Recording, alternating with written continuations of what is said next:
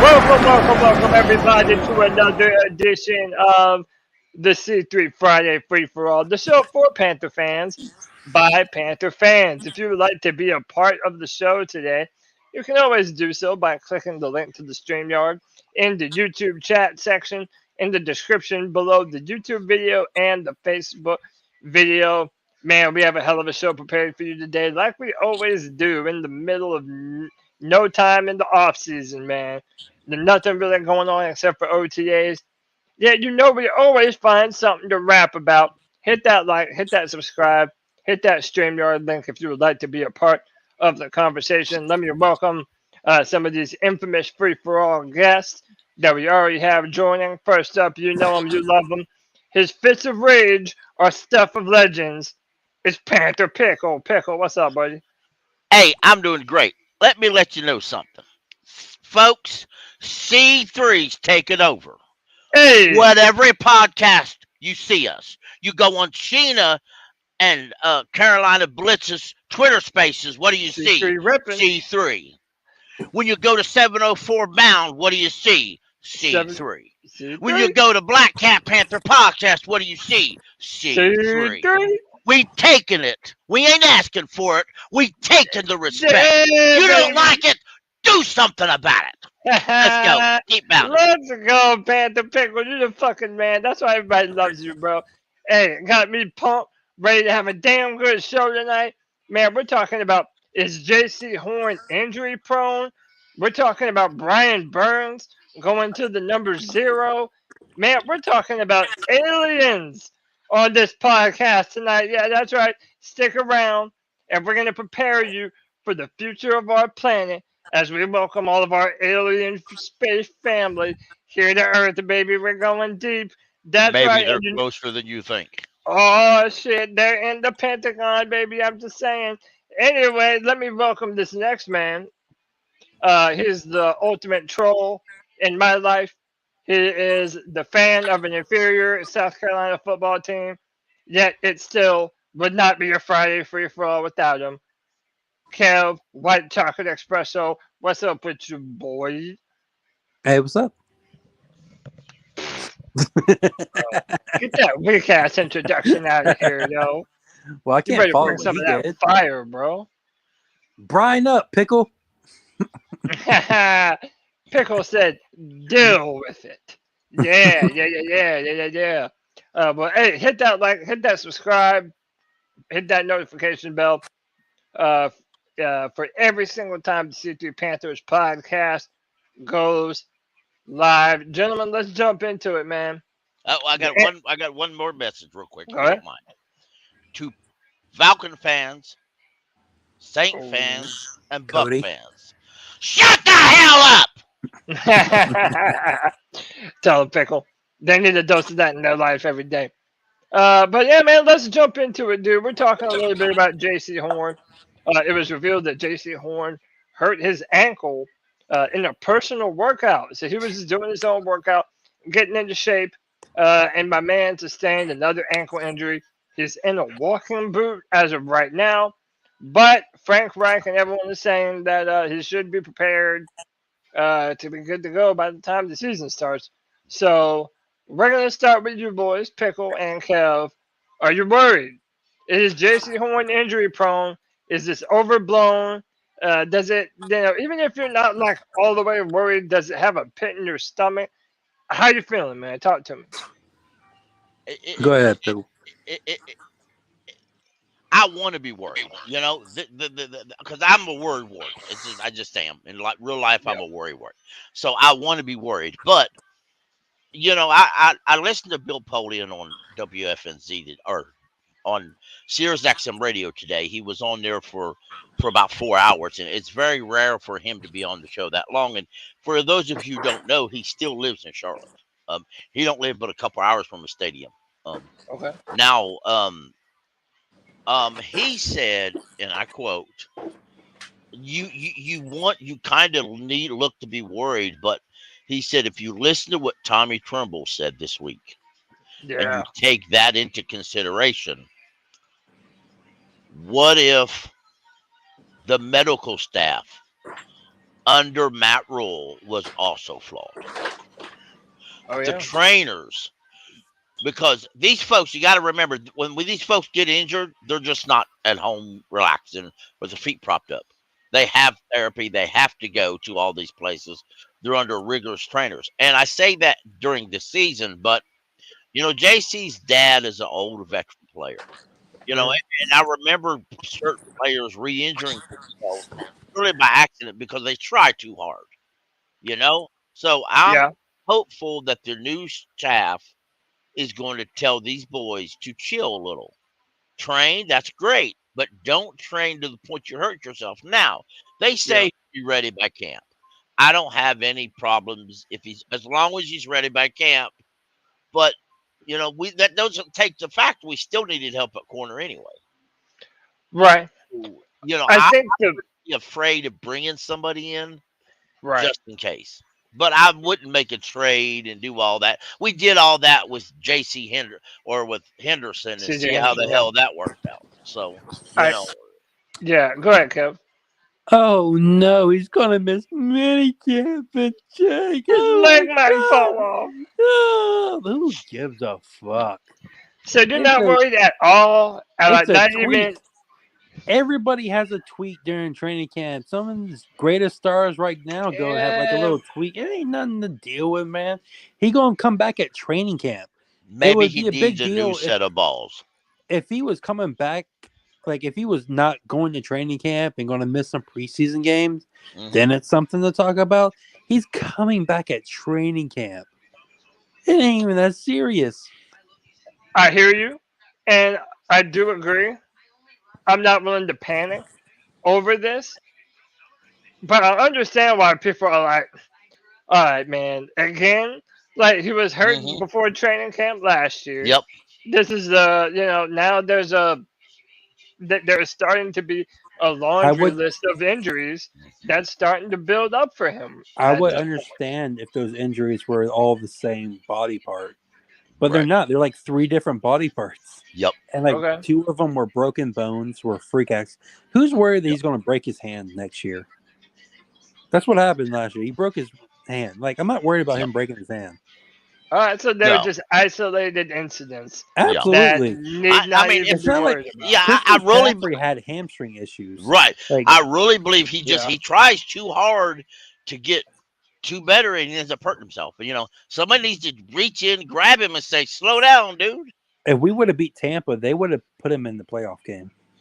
You might have there might be some truth to that, Pickle. Every time you see clips of Jaycee Horn training, man, he's going full bore. Like he's doing some incredible shit. Where like we'll play videos of him, and you're like, damn, look at the athleticism. But like now that you mention it that way, it's like, yeah, man, maybe ease yourself into it. I don't know, man. Listen, I see off grid in the chat. Everybody's saying Patrick Surtain is a better corner. Listen, man, he might have Denver had has a better defense. Everything. Yeah, he might have had a better start to his career. Yeah, I mean, listen, no doubt, Patrick Surtain has been healthier than Jaycee Horn, and the best ability is availability, and there is some argument to that. However, the type of athleticism, what he was able to do in a very short amount of time being healthy last year, he led the team in interceptions. I mean, to me, Jaycee Horn is a shutdown corner. And I'm sorry, but you can't tell me that there is something that Patrick Surtain can do as a corner that Jaycee Horn can't. And let's not forget, Denver has a better pass rush. Much better pass rush. Yeah, that helps the corner. Yeah, it helps them out tremendously, and they've been better in that department for a long time. And so you can even argue that maybe he had to do, that Jaycee Horn has had to do more with less. In fact, I think that's undeniable. Hey, man, let me welcome in the 4th guest. He might be number 4th on the show today, but he's number 1 in your hearts. It's the professor, Tony Dunn. Tony, what's up, brother? What's up, my man? How you guys doing tonight?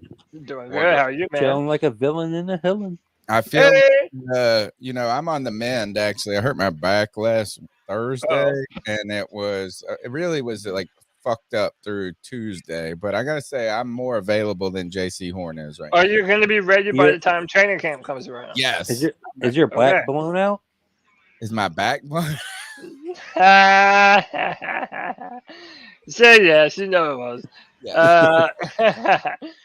So, all right, no, Tony, elaborating on that, man. This is now another injury for Jaycee Horn. He's in a walking boot, but Frank Wright continues to say that he will be ready by the time training camp comes around. But all the other offseason stuff, he's out. Are you worried? Trust it. Yeah. Well, I mean, of course I'm worried. I don't trust anything like, man, with such confidence that they say he's going to be ready. Well, what's fucking wrong with him then? Is it a sprained ankle? Is it what? Why can't I don't think it's that. Well, then what is it?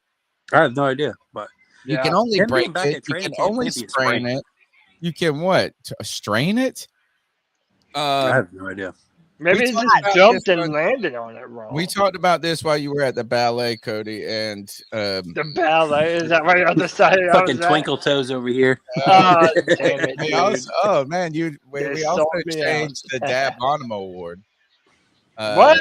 Yeah, it is now the David Dado Balls Out Award. Oh man, y'all been changing too much shit behind my back. I don't know about all that. I don't know how I feel about this. We talked about this on the show, and it's like, it's kind of hard to say, is someone injury prone? Like, what the fuck does that truly mean? And right now, I've just decided that Jaycee Horn just has bad luck. He's just got bad luck at this point, and it sucks. And I don't want. There's two things that I hate about it. You know what I hate more about him not having him right now, and like the like all the question marks that come up about like what's the team going to look like? What are they going to do? That's the real thing we should be concerned about is like, how does the team prepare and focus? And I mean, really, he's a needed piece right now because we've had more questions at other positions. We need him to be an available player. But the thing that irritates me most about him getting injured is the fucking conversations that immediately come up. That is he injury prone? Right, which and then but it's like we should. And I was a Justin Fields guy, right? So I understand, but maybe so right now I think Cat Crave has got a tweet out. Maybe they got a story up, and it's like, did we make the wrong decision? And people are going to be like Surtain and Fields. That irritates me because we can't change the past. At the same time, it also irritates me, these people that continue to say, oh, well, fucking Jaycee Horn is the best player at his position, and Justin Fields is just okay at quarterback. And he is just okay at quarterback. Well, guess what? Jaycee Horn has been just okay at cornerback, too, because his sample set is so small. That's just it's just so it just is like this, is already all fucking ready. Yeah, I would say Dante Jackson's more injury prone because it's the same injury. I agree. I would agree. I would agree.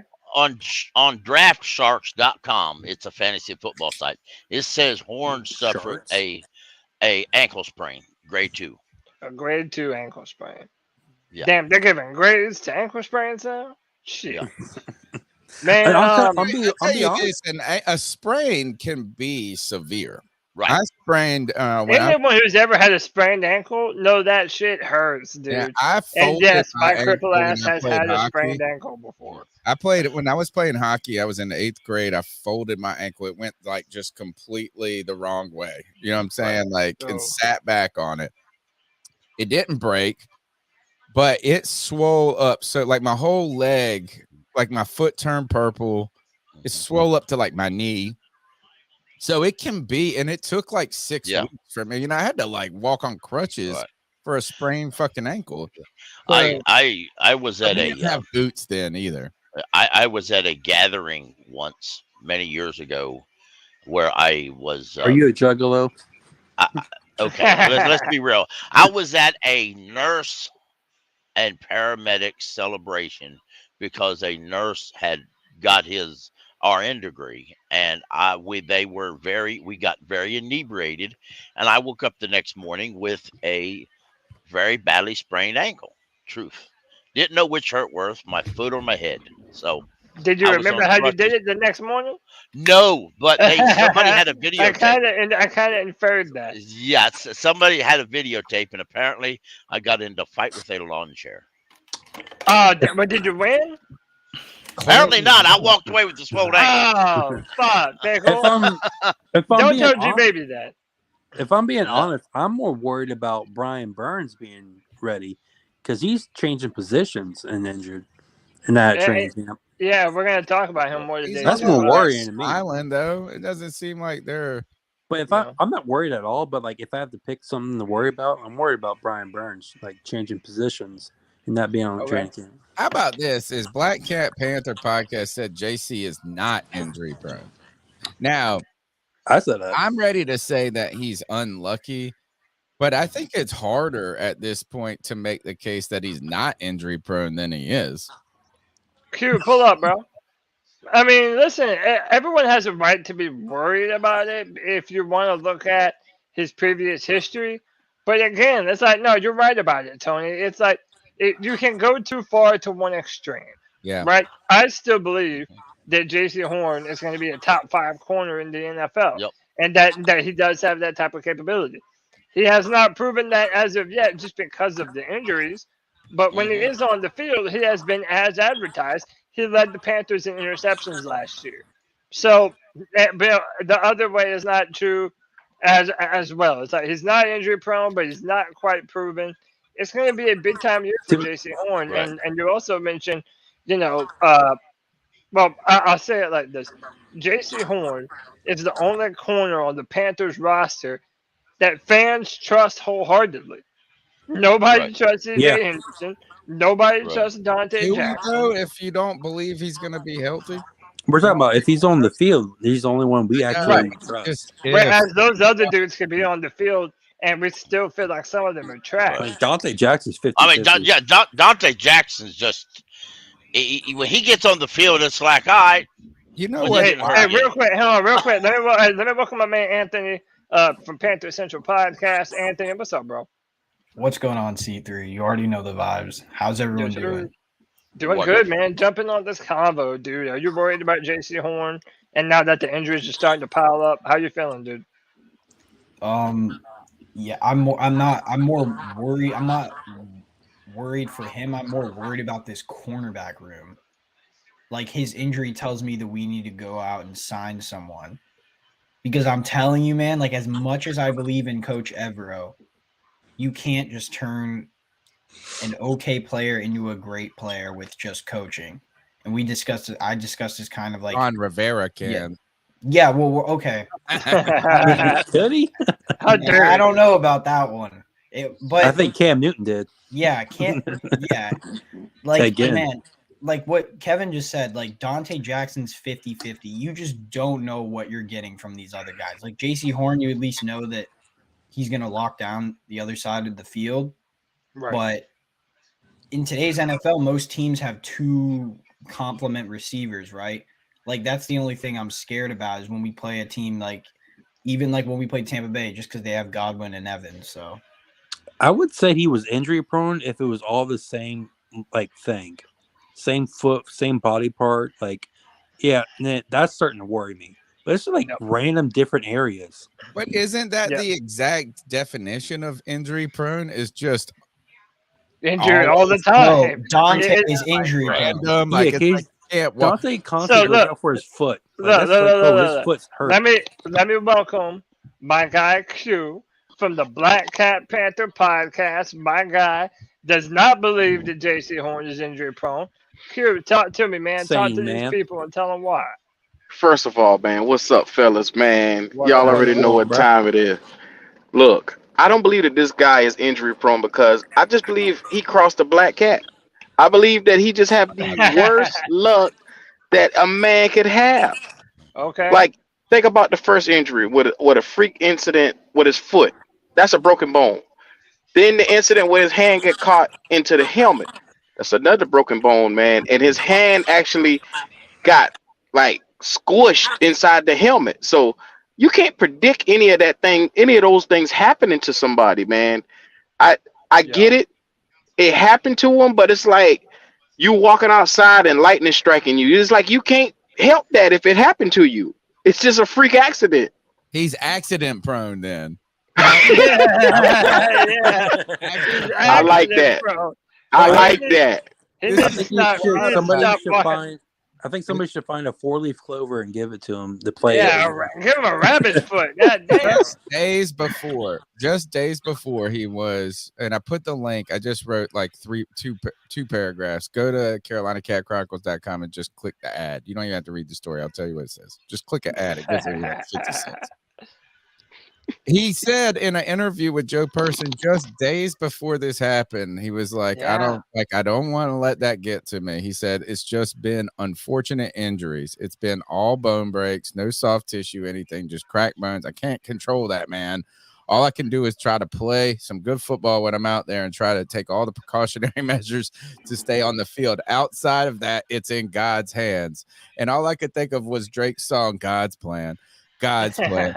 Oh my God, God's plan. 2 days later, the mug is accident prone. And that's what I said, like soft tissue. That's the thing that you need to worry about. Like, this is now one of those, right? Well, what do y'all think about this? Well, go ahead, Pickle. I just say, you talked about signing somebody. There is a former Panther available. Josh Norman. Oh my God. Eli Apple. Eli Apple. God. Oh, boy. Didn't your last coach not like him? Hey, yeah. Well, nobody liked the last coach either. So, hey, well, who would you be more comfortable with, Eli Apple or Rashad Breeland, who, as Tony said, his foot damn near fell off before we signed him the last time? Yeah, but Marcus Peters. Look, I think. Are we having this Band-Aid conversation again? Look. Band-Aid conversation. We have to. Breeland to me would bring more to the table, but if you're looking for like a better solution, come on, man. There is a couple guys. There is a Peter or Bashard Breeland. Can I? Marcus Peters. You've got JP. He's expensive. JP Williams used to play for the Saints. Is available. I could argue. You got somebody named Witherspoon from the Steelers. I'll never pronounce that name for the rest of my life. Troy Hill is available. That's a name that you can be around.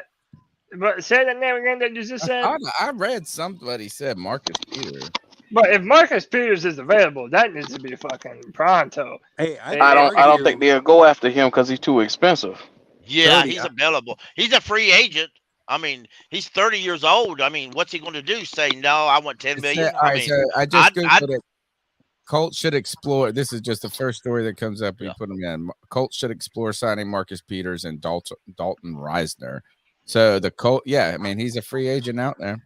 Well, we signed that safety who's kind of a corner, right? Yeah, Rowe.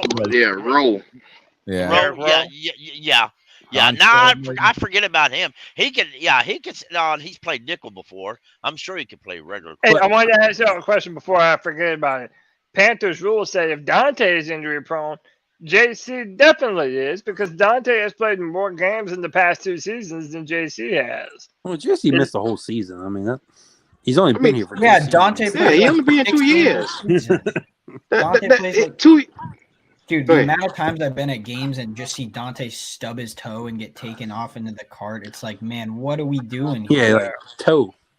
I would argue, Cody, that last year Josh Norman had more of an impact than any other corner besides Jaycee Horn. Bro, but we're not really talking about Josh Norman right now. His impact was not even felt, so that's a big slap in the face. He had the peanut punch in that one game. Didn't he cause the fumble? No, he needs to start serving you up some more white chocolate espressos. How about that? Didn't he have the punch? Back at the coffee shop, bro. He caused the fumble, didn't he?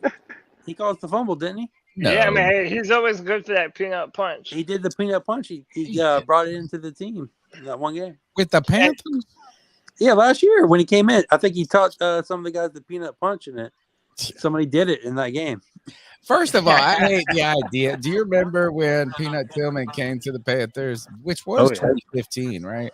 Yeah, yeah. It's like 2015. taught them the punch. I was like, man, what does nobody else ever told you that try to punch the ball? I mean, surprisingly, I guess not. You're like, oh shit, we could do that. We could do that. I tell you what, had an art to it. Yeah. We damn sure started doing it after Peanut came on the squad. They really did learn it, Cody. Yeah. Yeah. I mean, dude. I don't know. I mean, I think Rashad Breeland would be a good signing. I don't know. We've been down that road before too. Last time we offered that man a contract, but look, it was a bad idea. I said this when I was on Black Cat Podcast that everybody's trying to shop at. They're trying to eat dinner at Longhorn, but you're not at the Longhorn, bro. You're at the Mickey D's. It's time to get a Big Mac or a quarter pounder of cheese, something that would do we on good the dollar menu. For the we can't afford a Big Mac. Something good enough for right now, and to me, a Rashad Breeland would be that perfect. I think that would be a good signing for us because nobody's trying to see Keith Taylor out on the field. Hell, more than 80% of the fan base, they're done with C.J. Henderson, and I don't blame them, to be honest. So yeah, I was wanting us to draft somebody before all this, but let me go to Anthony real quick. Would you rather sign another corner or another defensive end? Oh, that's easy. It's defensive end because pass rush helps out the secondary, and I feel like our best defensive of all time just had dominant defensive lines that our cornerbacks just had to be okay and hold off for a couple seconds because we'd always get pressure to the quarterback. And who was our corners in 2013? With Greg Hardy was at his peak. 13. Man. You don't want to know. They were a bunch of nobodies, to be honest. Yeah, dude. So we had a great pass rush. They call it great. Yeah, that's on. Yeah, exactly what I'm saying. Just to go sign Clown. Our corners in 2013 was. I know Josh Norman was there. Josh Thomas. Who? Josh Thomas. Oh God, that's a name I forgot. Captain Mutterland. Captain James Mutterland. Dockery. Josh Norman was listed as the backup to Captain Mutterland. Mutterland's the greatest 7th round. We had a corner by the name of DJ Moore. Just like him because he's in South Carolina. Melvin but it's true, White. though. Chauncey Ellerby said Melvin. And our D line was Charles Johnson, Greg Hardy, Star Latule, and who else was playing? There's someone else. Dwan Edwards with K1 Short as the backup. Okay. So, the defensive line and the linebackers were carrying the defense, right? Then we have Luke Kuechly at middle linebacker. Yeah, we did. Yeah, he's like Thomas Davis again, man. Yeah, you know who was the right linebacker, the weak side linebacker rather. John Beeson was the weak side linebacker. Was he still on the team? Yep. Yeah. That might have been his Yep. That was the draft before the great Shaq Thompson pick. I was so angry we traded him away. I thought he was still good, but he wasn't. Yep. If you would like to make your opinion known, whether Jaycee Horn is injury prone or not, hey, we have pinned the link to join the Streamyard in the chat room. Hit that if you want to come in and be a part of the conversation. Boys, unless you have anything else to say about JC, I'm going to move on. Go ahead, Pickle. I don't have to about JC is if we sign another corner, they cannot have the initials BB. Rashad Bailyn signed and was miserable. There's another corner. I heard it on WFNZ the other day, and I thought it was very cool to say, and I can't remember the corner's name. Somebody we signed, and he wasn't here. He wasn't even here a whole week, and he was already out no sooner we signed him. Do y'all think we're going to sign one? I don't know. Another corner? I don't think they're going to look at it. I don't think Scott Fitter is going to look at anything until. It depends upon what they camp. feel. It depends on what they feel about Dante Jackson and C.J. Henderson. Bro, let me tell you. Hey, I'm gonna be real, and I've said this before. I'm getting some bad vibes from the whole CJ Henderson shit, bro. Like the fact that they did not pick up man's 5th-year contract. You just now getting that? You're not gonna be at any of the OTAs, at any of the stuff. Like, bro, how many personal matters and personal issues do you have going on in your life that you don't have the ability to go and fight for your job and make a good name for yourself with a brand new coaching staff? Come on, bro. I don't think like, we signed what is that anybody. telling the team? Yeah, but you're talking about a guy who don't care. He don't give a damn. He one of those cats. Like, be real. You saw when he got pulled over from the police. He didn't seem logical. He has no emotion, bro. Which here's my big problem. We're hoarding cap space. It feels like till 2027 we're gonna be a top 5 team with cap space because we got rid of all the players that we were paying big money. And yes, once the dead cap comes off the books, we should be able to sign some reserves. Like, I feel like at this point they're probably going to sign someone like mid-season when they realize, oh, these guys aren't good. But it's Brandon Boykin. Brandon Boykin's that other guy, Brandon Boykin wasn't here not even a week. Or no, he was here for a couple weeks, wasn't he? And then he went out with the ankle injury. So BBs are bad. Yeah, BBs are bad. Ben Wickery was also a BB. Damn. BBs, boys. I think we done seen enough of Benet. I don't think. Honestly, that's what I said. If them initials is BB, we bad. Do y'all remember Julio Jones doing that man dirty to a motherfucker? Yes, sir. No. Ron put 300 on his ass. God, dude, and that's my problem. I bet you he'll never volunteer for another job as long as he lives. Nah, go ahead, Anthony. But no, I was just okay. So someone just said in the chat, I give Rajon Wright a chance, man. He's an unknown. I'd rather see him line up against someone than we already know. It's like I said this on Twan show. You're picking between cat shit and dog shit. Which one do you want?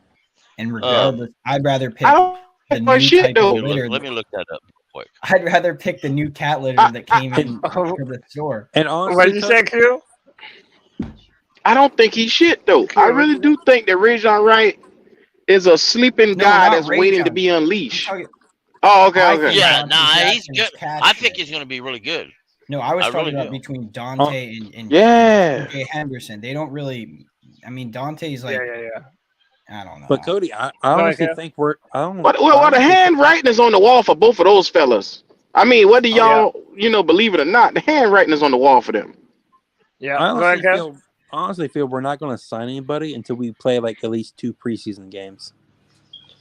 And that's. But man, okay, I get that, but why don't you want to get the guys in as early as possible? Yeah, so that way you can get them used to the coaches and the scheme and the verbiage, all those different things that go into forming a complete defense.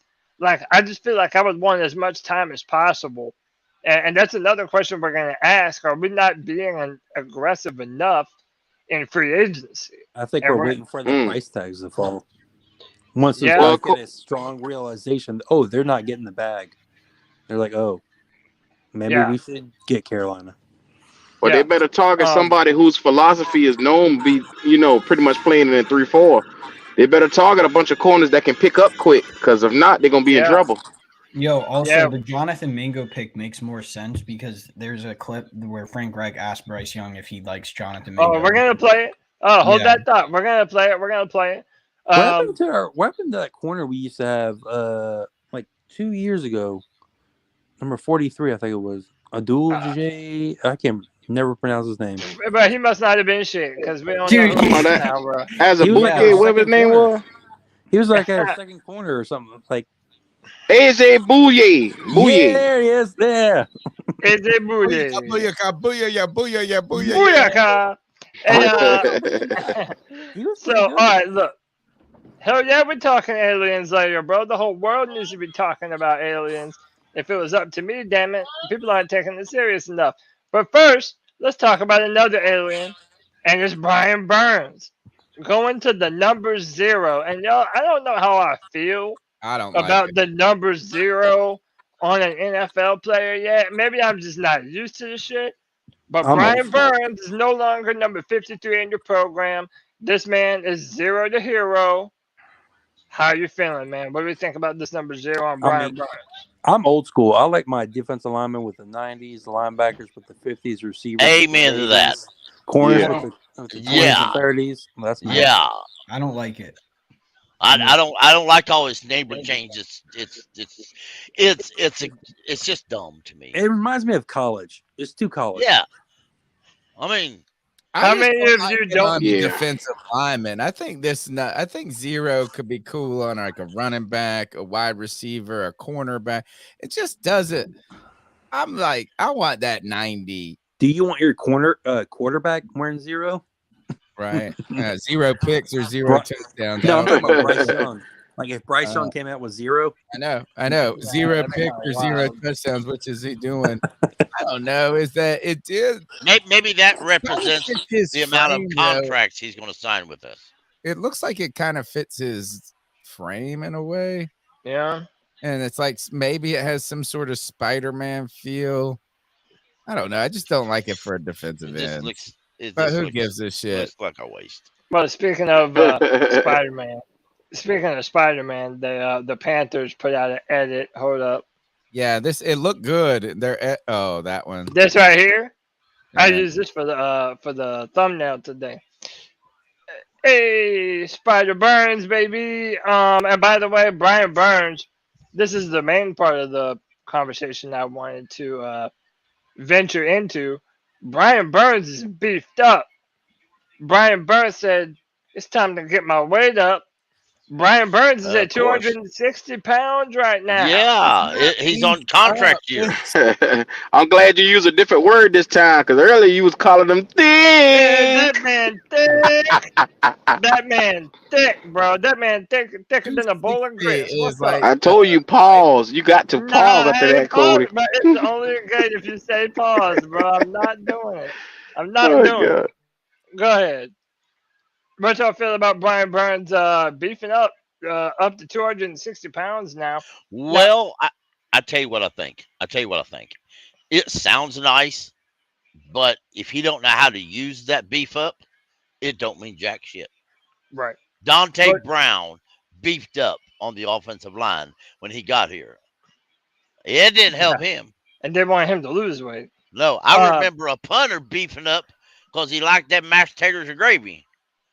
And he got his ass suspended a couple of the games. I mean, mashed potatoes and gravy are good as hell, though. So I can't necessarily blame him there. John Fox didn't like his punter buffing up. I think the mindset is that he's getting big enough and strong enough to be able to convert that speed to power.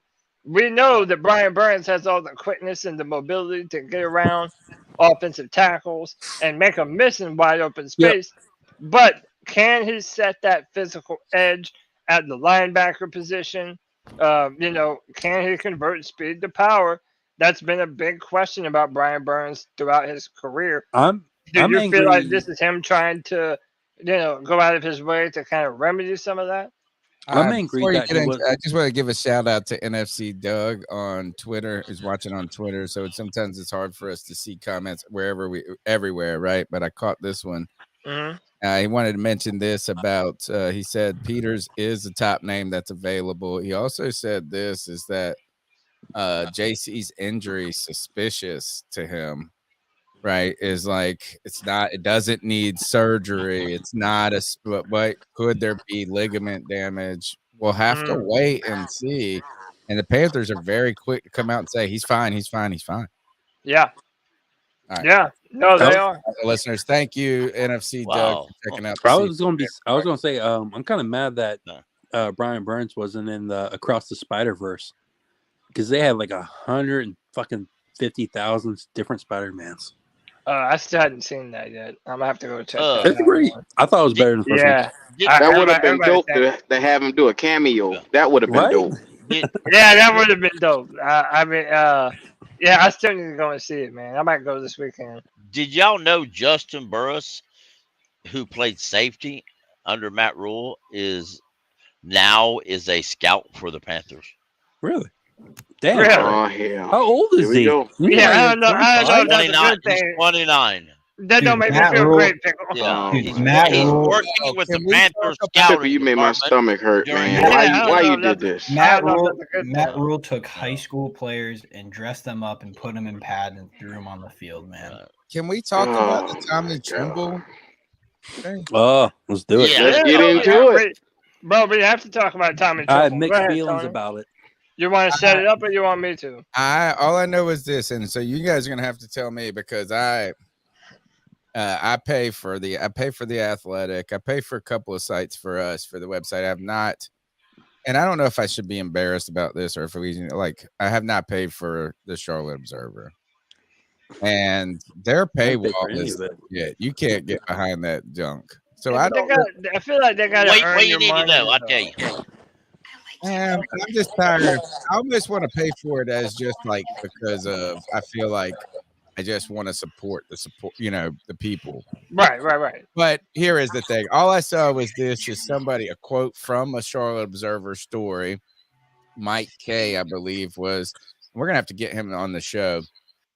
And he said that Tommy Tremble said to the media that it's nice to finally be coached up instead of just try to figure it out, buddy. That's what I gathered. I didn't hear the actual comments. I wasn't able to read the story, and I haven't had the ultimate time to go track it down. But that was the context that I heard, and it just continues to show the dysfunction of the past era. And for me, in some ways, it excites me that some players that maybe a lot of people have turned the page on potentially too quickly. I'm even in the YGM camp on this. Maybe YGM isn't as bad of a player as people made him out to be. We'll see. Tommy, all right, Q, you better bring that same energy. Can I? I got you. I got you. I'm gonna tell you right now, Tony. Right. I talk a lot of trash about these boys because I did not. Before this article came out, we all assumed that it was dysfunction in the building. But now we know for certain it was dysfunction. And for a lot of these rookies that came out here and really was just given the playbook and say, here, learn your position with no help whatsoever. And so you wonder why you see them struggle. You wonder why under McAdoo you see us running the same screens over and over and over. It's because that's the only thing that they knew. Matt dumbass Rule had to be the dumbest coach in Carolina Panther in NFL history. And all I'm gonna say is I apologize to any player that I ever talked trash about under the Rule era. Hold on, Q. All right, Vegas can't be choosers. Vegas can't be choosers. All right, you got enough out of me. No, hold on, no. I'm not about to let that slip. Does that also extend to YGM? YGM can kiss my ass because his position is based off of athleticism and him basically beating his man. All right. So I don't he gets no kind of not at all. Let me say this. Can I rebuttal? Go ahead. I want to say that. I just wanted to. Let's go Kevin then Anthony in that order. And listen, I get it. It's the function and everything, and it's hard to get better under that. But at the same time, what does that have to do with you holding on to the ball, like catching it? He dropped a lot of passes. Tommy Tremble. Tremble? Yeah, I mean, that's fair. That you can't. Confidence play a role in that too, knowing where you're supposed to be at to be able to catch the ball. Let me read this. This is directly off the Charlotte Observer. All right, then I got you. All right, here's a quote. Wait, hold on. Hold that thought. I told Anthony they can go next. Hold that thought, and I'll let you read it. I want to get this in. Okay, so Q is I agree with Q because when you're a wide receiver like Terrace Marshall, for example, and you just don't get playing time, and we saw that he could be a solid receiver. That's a more when you're playing DN like YGM is, you're already your job is simply to beat your man and stop the run. There's no he was getting playing time regardless, right? Terrace Marshall was never given a chance under Matt Rule. So that's what I blame Matt Rule for. Now, absolutely. The last thing I do want to say, catching and dropping balls, like Kevin also said, that stuff you can't really you got to be able to catch footballs that are thrown You your were way. taught that in high school. Yeah, go ahead, Pickle. All right, it says, this is the first time that we've really been coached up, receiving wise, other than trying to figure it out on our own, Trimble said in an interview with The Observer.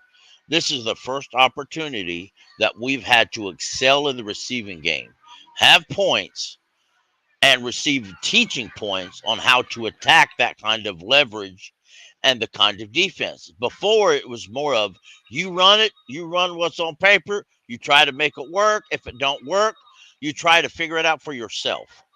So have that kind of backing and that kind of support from all over the coaches, staff, to the players, to themselves has been a world of difference in our accelerating the receiving game has been. Yeah, I like that. And you know what that's saying to me, Pickle? That's saying basically that you didn't have a quarterback to really stretch out the passing game last year. So now you've got a quarterback. Now you can really teach these guys what they need to know when it comes to receiving and where to be at. Right. It's a world's difference. Because if the defense looks at you, and we know it happened, the defense wasn't stupid. They know what routes we were running all the time because it was always the same damn routes. So they know what route that tight end was going to run. So they were just going to block him. They were going to be standing in the way of the route. With no coach telling him what to do when that happens, he's got to figure it out on his own. That's going to leave the quarterback holding the ball. Offensive line has to pass block better. I mean, the entire concept is clusterfuck that I refuse to believe that this was only the tight end spot. I refuse to believe that. Right. Because if you go back, the defensive line, when Wilkes took over, what was the first thing he did? Fire like 5 or 6 coaches. Specifically, fire Phil Snow's ass. Exactly. There's a reason why he did that. Right. That was the rumors. There was a rift between Steve Wilkes and Phil Snow on a bunch of different issues, and Jeremy Chin was kind of centered around most of them. And I'll say this, man. David Tepper hiring Matt Rule, bro, that's one of the biggest finesse jobs of all time, in my opinion, man. How that man got a coaching job in the NFL is beyond me. Real quick, shout out to Jeff Haynes, become a brand new member of the C3 Super Fan Club. We appreciate you. And real quick, before we go any forward, man, we got 115 viewers.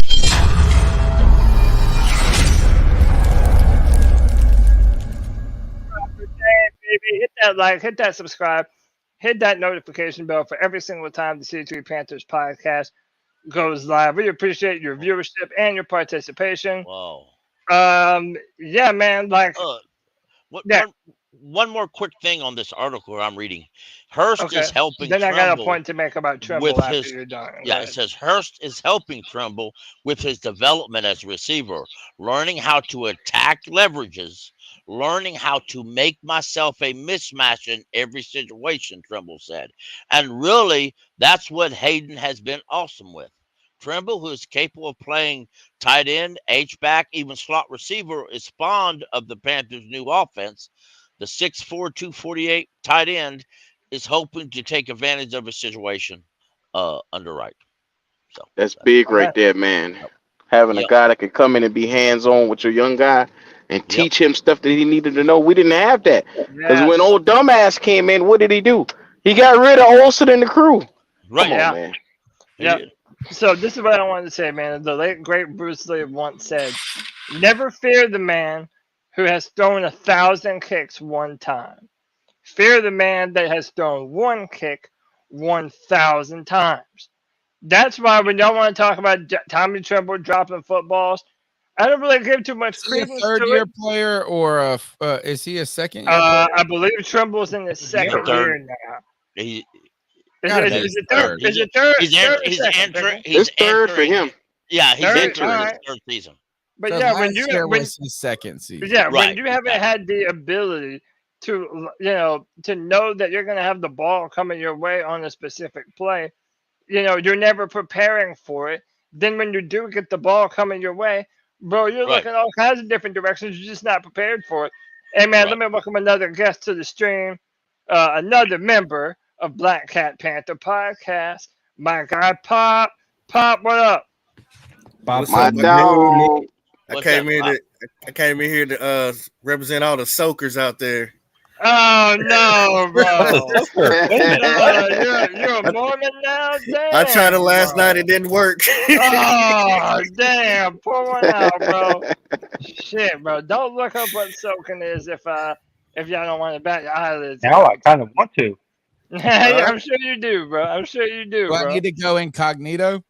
I mean, I'm not married. Go look it up. Go look it up, Darren. Yeah, just like, yeah, look, now Tony has to know. Gotta know. Oh, that's hilarious, man. What's up, C3 family? What up, Q? Something else. Yo, what's good? What it do? Hey, What's man, up, poppin'? Yeah, man, we're kind of going over everything that that's been going around Panther Nation. Oh hell no, y'all! Hell no! No. What? No. Oh, you looked it up. He looked it up. He looked up. No. SOAKING. Is it a super soaker? Is it? No, it's not a super soaker. Google it. It can be. It's a Mormon tradition, bro. Shout out to any Mormon viewers we might have. But hey man, Pop, let me get you in on this, bro. It's stuff we've been talking about before. Bro, Jaycee Horn staying hurt, man. You worried about JC or not? I'm really not. The problem is that I mean, whether we like it or not, I mean, he's already put himself in that injury prone category. Kind of. It's sad to see it because he's just a astronomical player, and the problem is we don't have anything behind him that we have faith in. So at the end of the day, I'm sure his recovery is going to be pretty quick. I don't think he broke anything. They say it's a grade 2 ankle sprain. That's what the internet. Yeah, it's like he whacked out too hard. He'd be all right. You know what I mean? Yeah. But he got out of the bed too fast one morning. Right. He tripped over while he had a boner. And he just turned this shit over, bro. Jaycee Horn look like a joker. Bro, Yeah, he better not be something. I'm dead. It says. Dude. Here we go. Look What at is it started, Pop. It says this. Sometimes a friend may jump hump for them. Yes. Man. Dude, they will shake the bed so that they're not actually doing the act themselves, bro. Imagine. It is the dumbest shit in the world. Oh, man. You can imagine you in there, man. It's hot though. Cody, that works for you. Yeah, but I mean, hey, I might need to start that. But yo, Kev, I'm not come over and jump on my bed, bro. What? Come and jump on the bed while I'm doing my business, bro. Yeah, you just helping out a friend. That's a brother right there, boys. That's a friend. That's a C3 family member right there. Yeah, that's a real one, bro. C3 fam for life. That's a real friend right there. Hey, when she leaves, she be like, "What's your name again?" You be like, Panther Pickle.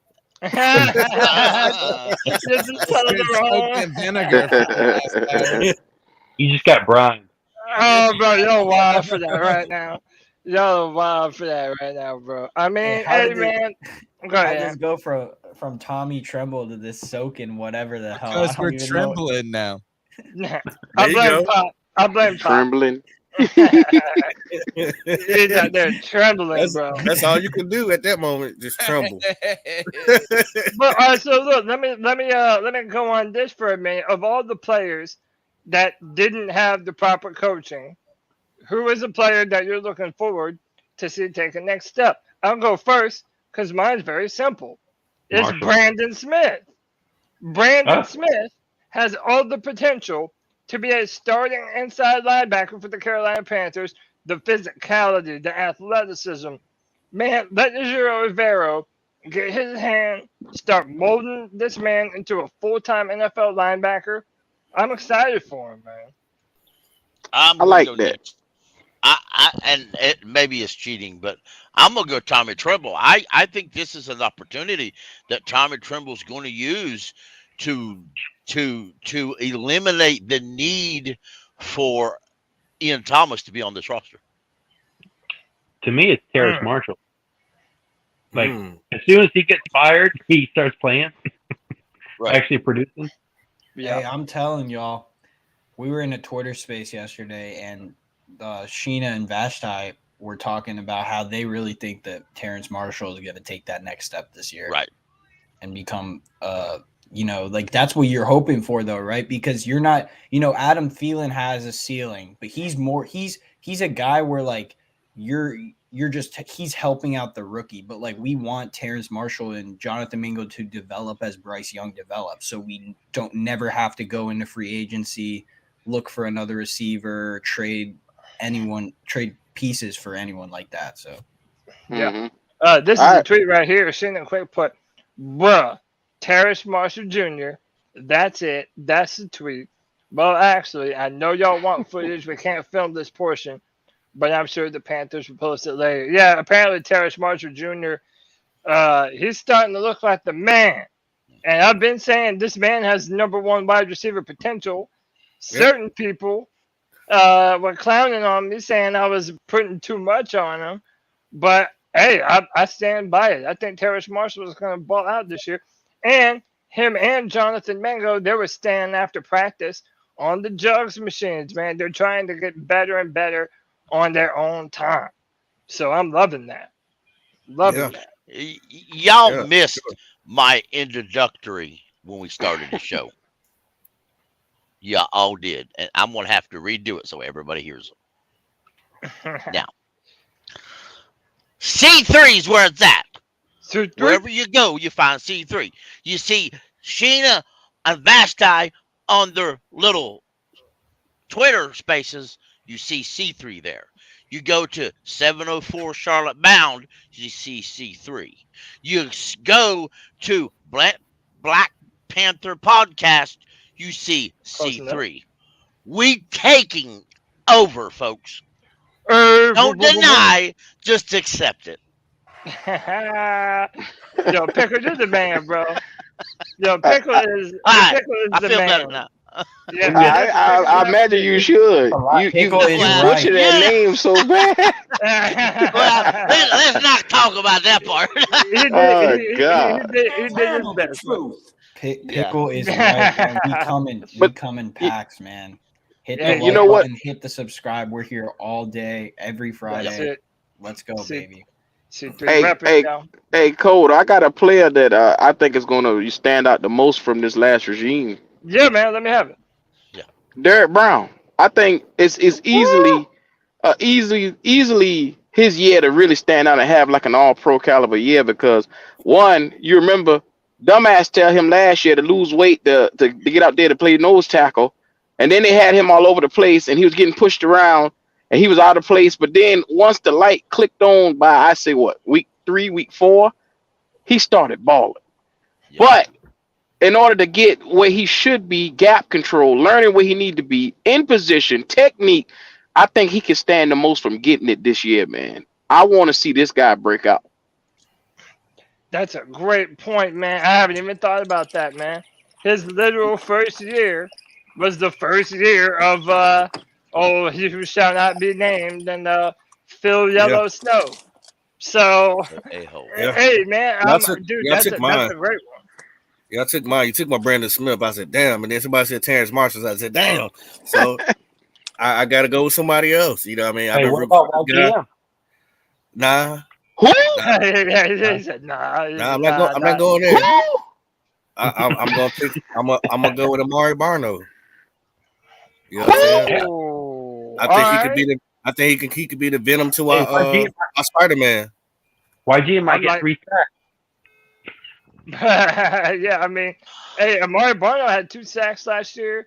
You know, whenever we put him out on the field, he was able to make an impact. You know, but he had like the fastest outside linebacker time ever at the combine or something like that.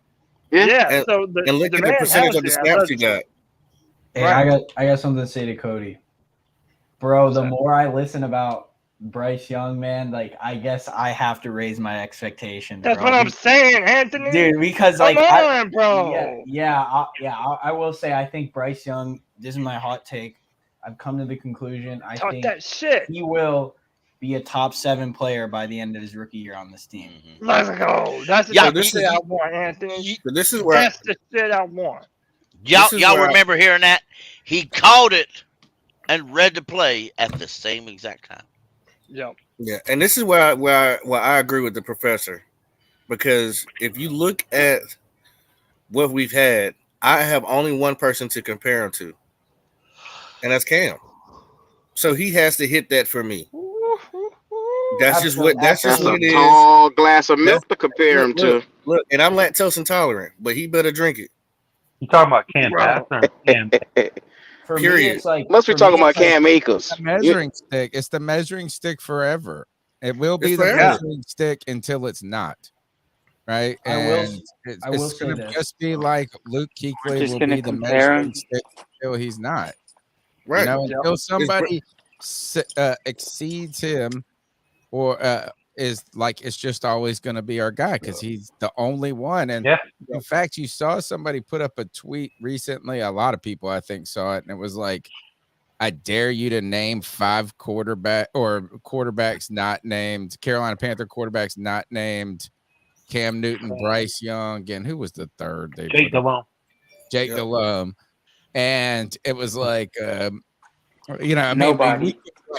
Vinny Testaverde. I mean, That was the first fucking guy. Teddy Bridgewater. Benny Testaverde was the first guy. Yeah, I will say this: like you get Kerry Collins, right, who was a first-round draft pick. Rodney Peete. Yeah, because he came in after Delhomme. Old as dirt. I mean, we really haven't had much. We're very young as a team too. At the same time, so Cam did 7 years. You had Delhomme. But, we don't have a rich history at the position, period. Right. Well, to be fair, we're an expansion team. Yeah, let me go Anthony, and then I'm going to introduce someone. Go ahead, Ant. All I got to say is, listen, man, we're a young team, okay? Like, that's why it's hard to be good in this league. So, like, for the success we've already had, like, I'm thankful for that. What we can hope is that by year 4 or 5, Bryce Young looks like what Cam did at that point in time, which is hard to ask for because in 2015, Cam Newton was one of the best quarterbacks I'd ever seen. Yeah. And the Bears' best quarterback is Jay Cutler. So hey, let me welcome this next man in. He's a man of many Panther jerseys. My man C3 JJ, what's up, bro? JJ. Yeah, you're muted, dog. What up, y'all? I'm back. What up, JJ? Back for another Friday free-for-all.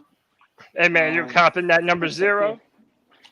Oh, I mean, fucking eventually we'll have to.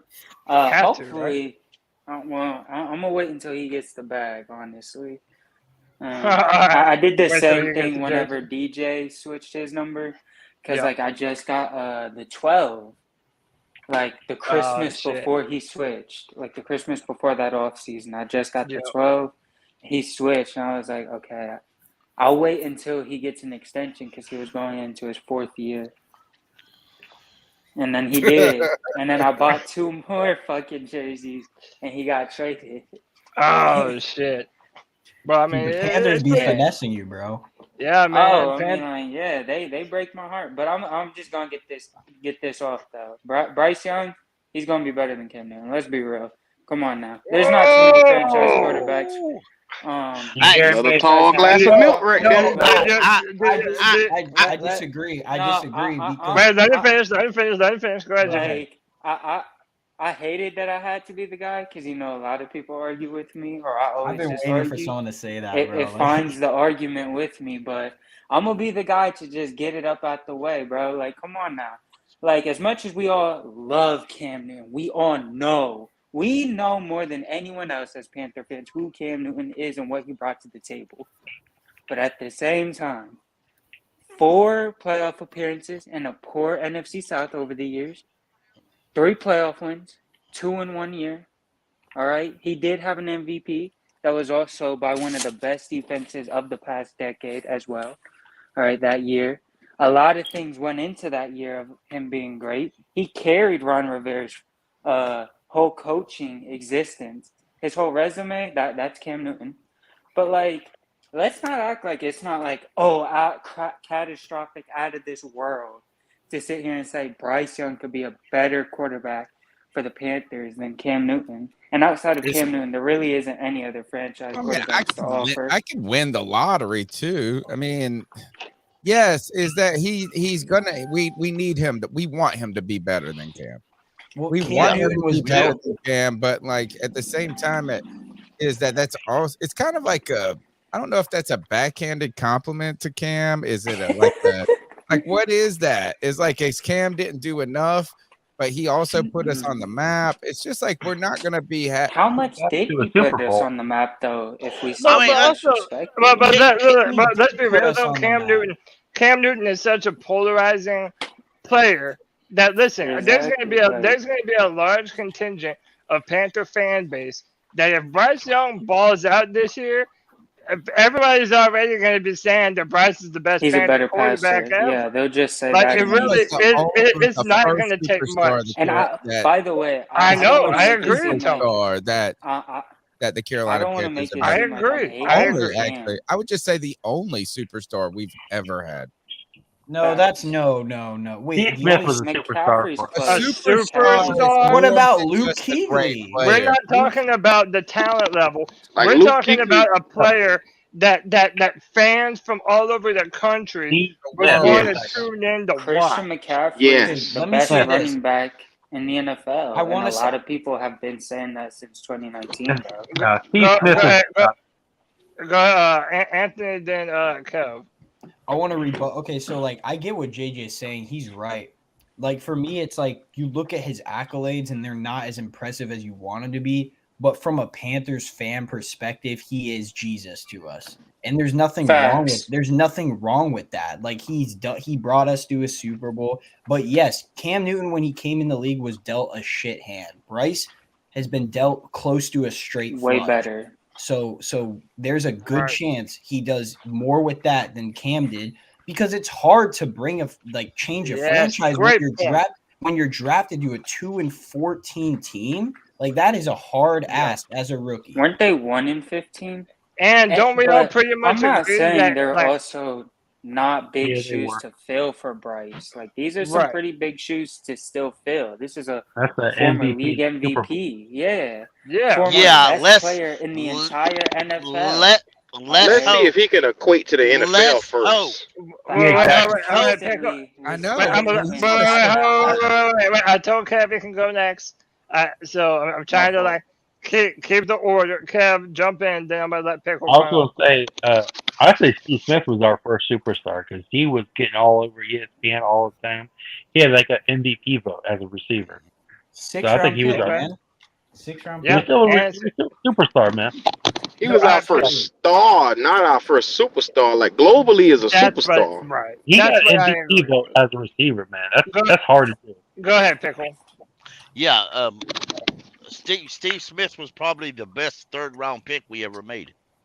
Wasn't he a 2nd round pick? No, he was a 3rd round pick. I thought he was a 6th round pick. He's a 3rd round pick. Oh, he was a 3rd round pick. They got him in the 3rd. And a lot of fans, when he was drafted, raised hell because we wasted a 3rd round pick on a kick return. Fact. Now, I hope Bryce Young is a lot better than Cam because the next time we get to the Super Bowl, and if Bryce is a quarterback, I want to win that. I want to win the damn thing. Okay, yeah. it doesn't do no good. You get there, you don't win. You feel worse than you did before if you didn't get there. Okay, and thank God Cam Newton was here because the middle linebacker we had when Cam Newton took us all the way to the Super Bowl evidently sucked. Nobody on the defense showed up. Even that dude that broke his arm in the playoffs game actually must have sucked to get there.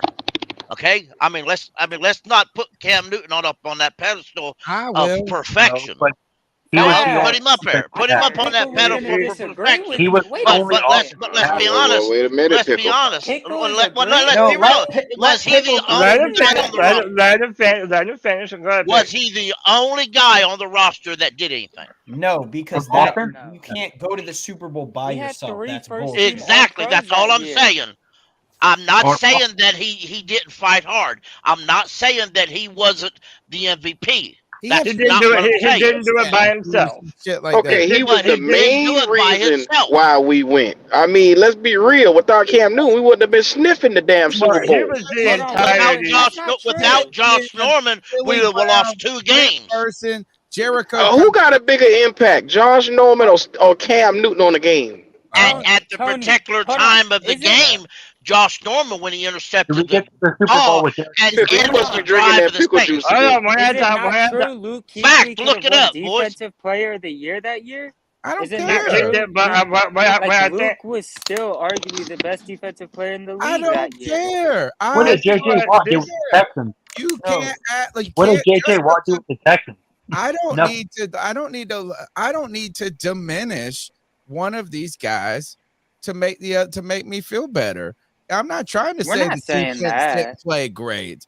I'm just trying to say don't downplay how incredible Cam was that season. Trust me, Tony. And what I want to just say, my point on this is that look, I have been walking through a land without a quarterback for a minute. And I'm tired of not being in the land of having a quarterback. And Cam Newton, when we had Cam Newton, we lived in the land where we had a quarterback. And I'm tired. We had a chance that Sunday. The only reason that anybody can say anything like this is just after the MVP season, we just thought Cam's career, we hadn't seen the best of it yet. Turns out we had. And it's just that makes it hard for us to swallow the happiness that we had, because we said, oh shit, we're about to have the best league changing player for the next decade. And it just did. We almost reset. That was almost not true though. TJ Watt really ruined what could have been the best Cam Newton, if we're being honest. To me, it was a combination of Kelvin Benjamin, his fat ass, and that too. And TJ Watt. No. Let's be real. There wasn't no damn TJ Watt. You could blame this shit on the fucking GM for having Mike Rimmers out there at right tackle and getting that boy damn near killed, and Michael Orr at left tackle. Right, but here we're talking about the moment that Cam tore his shoulder in 2016. Benjamin, it was against the Chargers. It was in the red zone. Cam threw the fade to KB. KB refused to go up for the football. DB intercepted it, took it 99 yards to the house. Cam Newton chased it all the way down, and at the last minute tried to make the tackle, landed on his arm. That was the injury that started the downfall of the rest of his career. That was on the GMs. That was on everybody involved. But hey, man, real quick, it wouldn't be a conversation about Cam Newton and Bryce Young without one of the biggest Cam Newton Bryce Young fans that you've ever fucking seen. That's right. G baby! G motherfucking baby, what is up, baby? Shit. Let's go, G baby. Hey, what's good with my motherfucking dogs, man? Hey, tell them how Bryce Young is gonna be better than Cam Newton, bro. Come on, let them know. Shit. What's good with my? Hey, hold on. Is that the professor? Hell yeah, the professor. Bro. Tony, goddamn you, bro. How'd I make you mad? Tony had me so fucking hot at 4:30 in the morning yesterday. I get to work. I get to fucking work. I go to my audio fucking play. And the fucking podcast ain't even on there. So I'm like, okay, it's cool. He got a family. He got a job. He got shit to do. So I get to work this morning at 4:30 in the morning, expecting the motherfucking podcast to be up. and it's nowhere to be fucking found. And I almost fucking had a panic attack, G. Shame him. Put it up. Tony, You just now. He just now. hold on. Tony, you talk about this being the longest running Carolina fucking Panther podcast, brother. And I respect that shit, bro. But I need the material to be up, dog. Please, bro. Because I hate watching that shit on YouTube. It drains my fucking battery all the way up until fucking 12. And then I gotta charge my fucking phone. And then I gotta do all this bullshit because it's on YouTube, bro. So please, for the fucking sake of God, bro. Please, bro. It's to upload that audio, Oh, Tony. shit. Damn, he's saying he's hilarious. Damn, he had to bring the. And I want to wear Obama. We both fuck with my nigga Obama. So come on, dog. He ain't wrong. Hey, I'm gonna head out because I'm gonna catch this game. All right, Pop. You know, I had to come back and show some love. Y'all still on when the game's still on. I'll slide back through. I was getting ready to say the same thing, bro. I was about to roll out to watch the game. Hey, man. Hey, y'all shout out your pods, man. Go ahead, Pop. Go ahead. Hey, all right. So, yeah, y'all make sure y'all slide through and check out Black Cat Panther Podcast. You know, we're another platform. We'll let you come and talk about your life, your love, your everything, your Carolina Panthers. And hey, shout out appreciate y'all. Shout out y'all. We appreciate every one of y'all that show us love. C3 is like our big cousins. Cody always come through. Pickle comes through. Anthony comes through. We ain't had G Baby come up there yet, but maybe we'll have him come through and say some crazy shit. But you know what I'm saying? Like, share, and subscribe. Hey, let me say this real quick to y'all boys. Hey, y'all be live like 4 hours a day, man. That's true right there. Like we respect just y'all. dedicated, man. Yeah, dedicated. Go subscribe to their podcast, man. Everyone listening in the chat, it's all love. Panthers community. Let's go, baby. Hey, that's right. Rising tide lifts all boats. Appreciate y'all, man. Hey, let's talk about my motherfucking squad. Let's talk about QB1 for motherfucking I'm talking about your hairline. We have it. Hey, don't talk about my hairline. Don't worry about that, man. We getting older over here now. Keep down. Just because you said that, I'm about to get a cut tomorrow.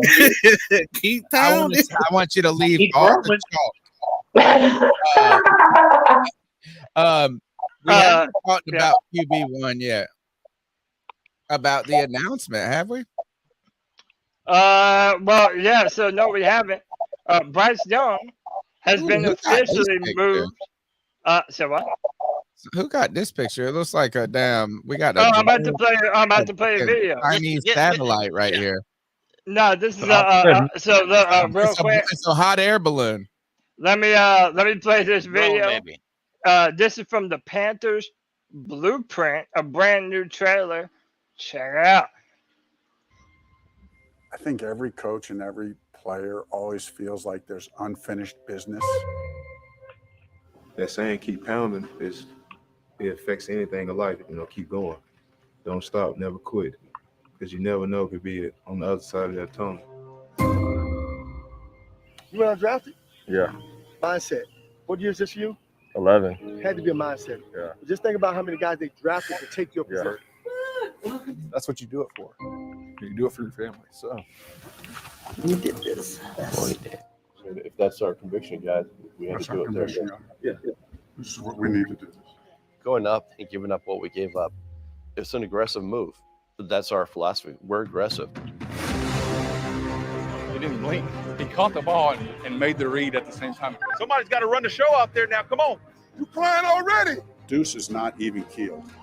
I love Deuce Taylor. Fire. I want to come in and dominate. I want my presence to be felt. That's a wrap. Yeah. Time to work. All right, guys, make the trade. Congratulations on becoming a Carolina Panther.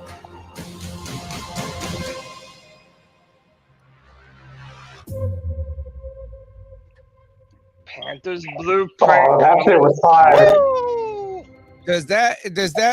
Do we think that spot where they were talking, where Frank Reich says we have to do this, we got to believe that's about getting Bryce Young, right? Trading up. Yeah. I mean, but we had already traded up. No, but here's the thing: what Tony's saying. DJ Johnson. This could, but they could be showing, they could have been filmed during the process where we hadn't traded up yet. Like, and they're talking about what we're going to do at that quarterback position. Oh, yeah, I remember so. It felt like they were at the draft table, though. No, it felt like they were at the table ready to make the pick. And what I like from that, number one, is the conviction right there from our coach. But I really think this is that going back with Frank Reich, who has been a very successful, well, I would say he's been a successful coach in this league at different levels.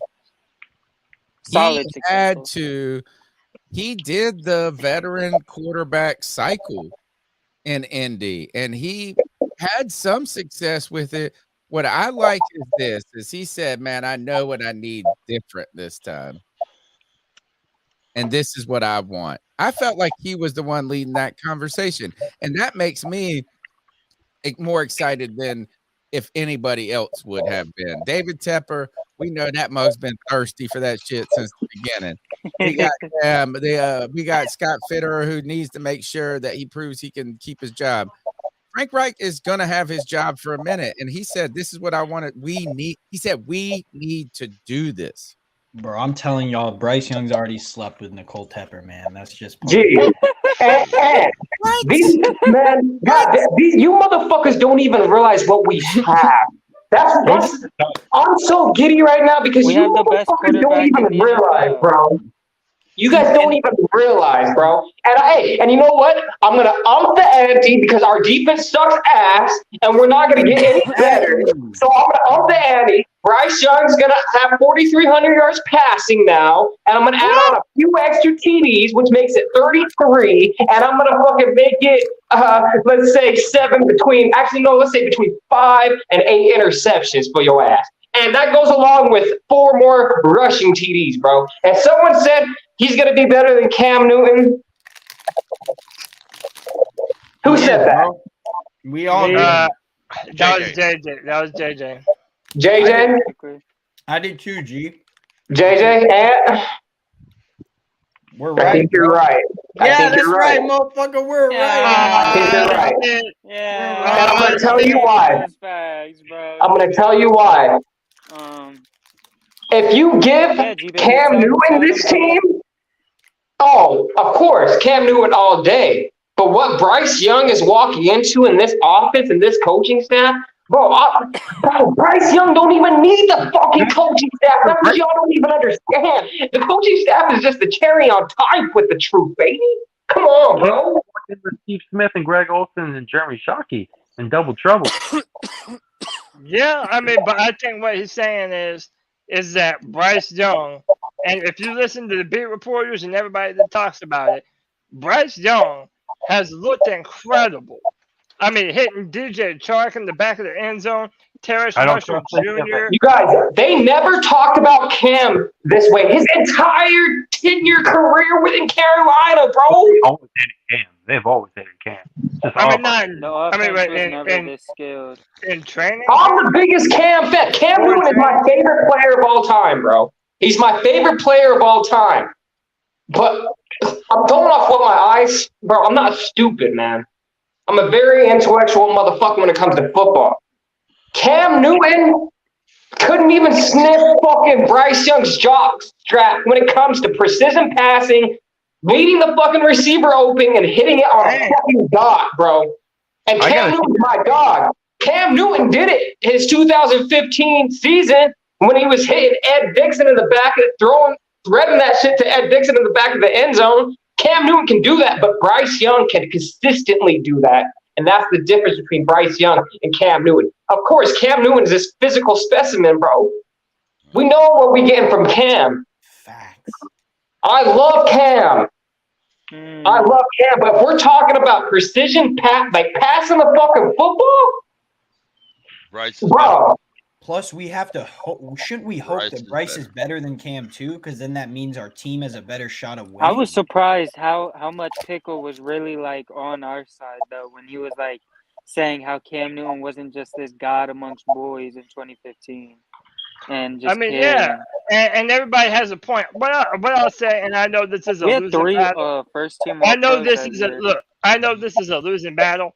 I just hope, for as good as we all think Bryce Young is, that we don't have to go down this revisionist history of tearing down Cam Newton in the process. Cam Newton was a great. But let me say this: Cam Newton was a great player for a long time on a football team that was trash. For many years in a row, that never protected him properly, never put the right weapons around him properly, that never did right by him. So I'm hoping that this regime does right by Bryce, like the past regime didn't do for Cam. And I think Cody, that's fair. The worst thing that ever happened to Cam Newton, he was drafted by the Carolina fucking Panthers, dog.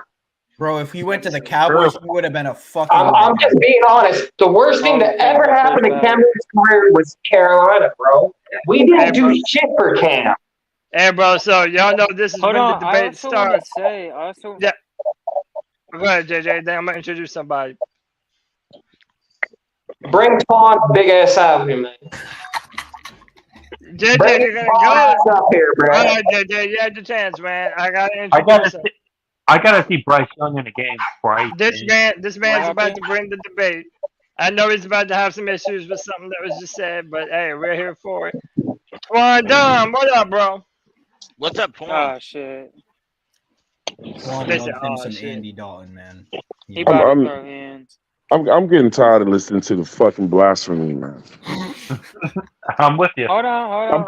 I'm coming in here like G Baby when he comes up in here.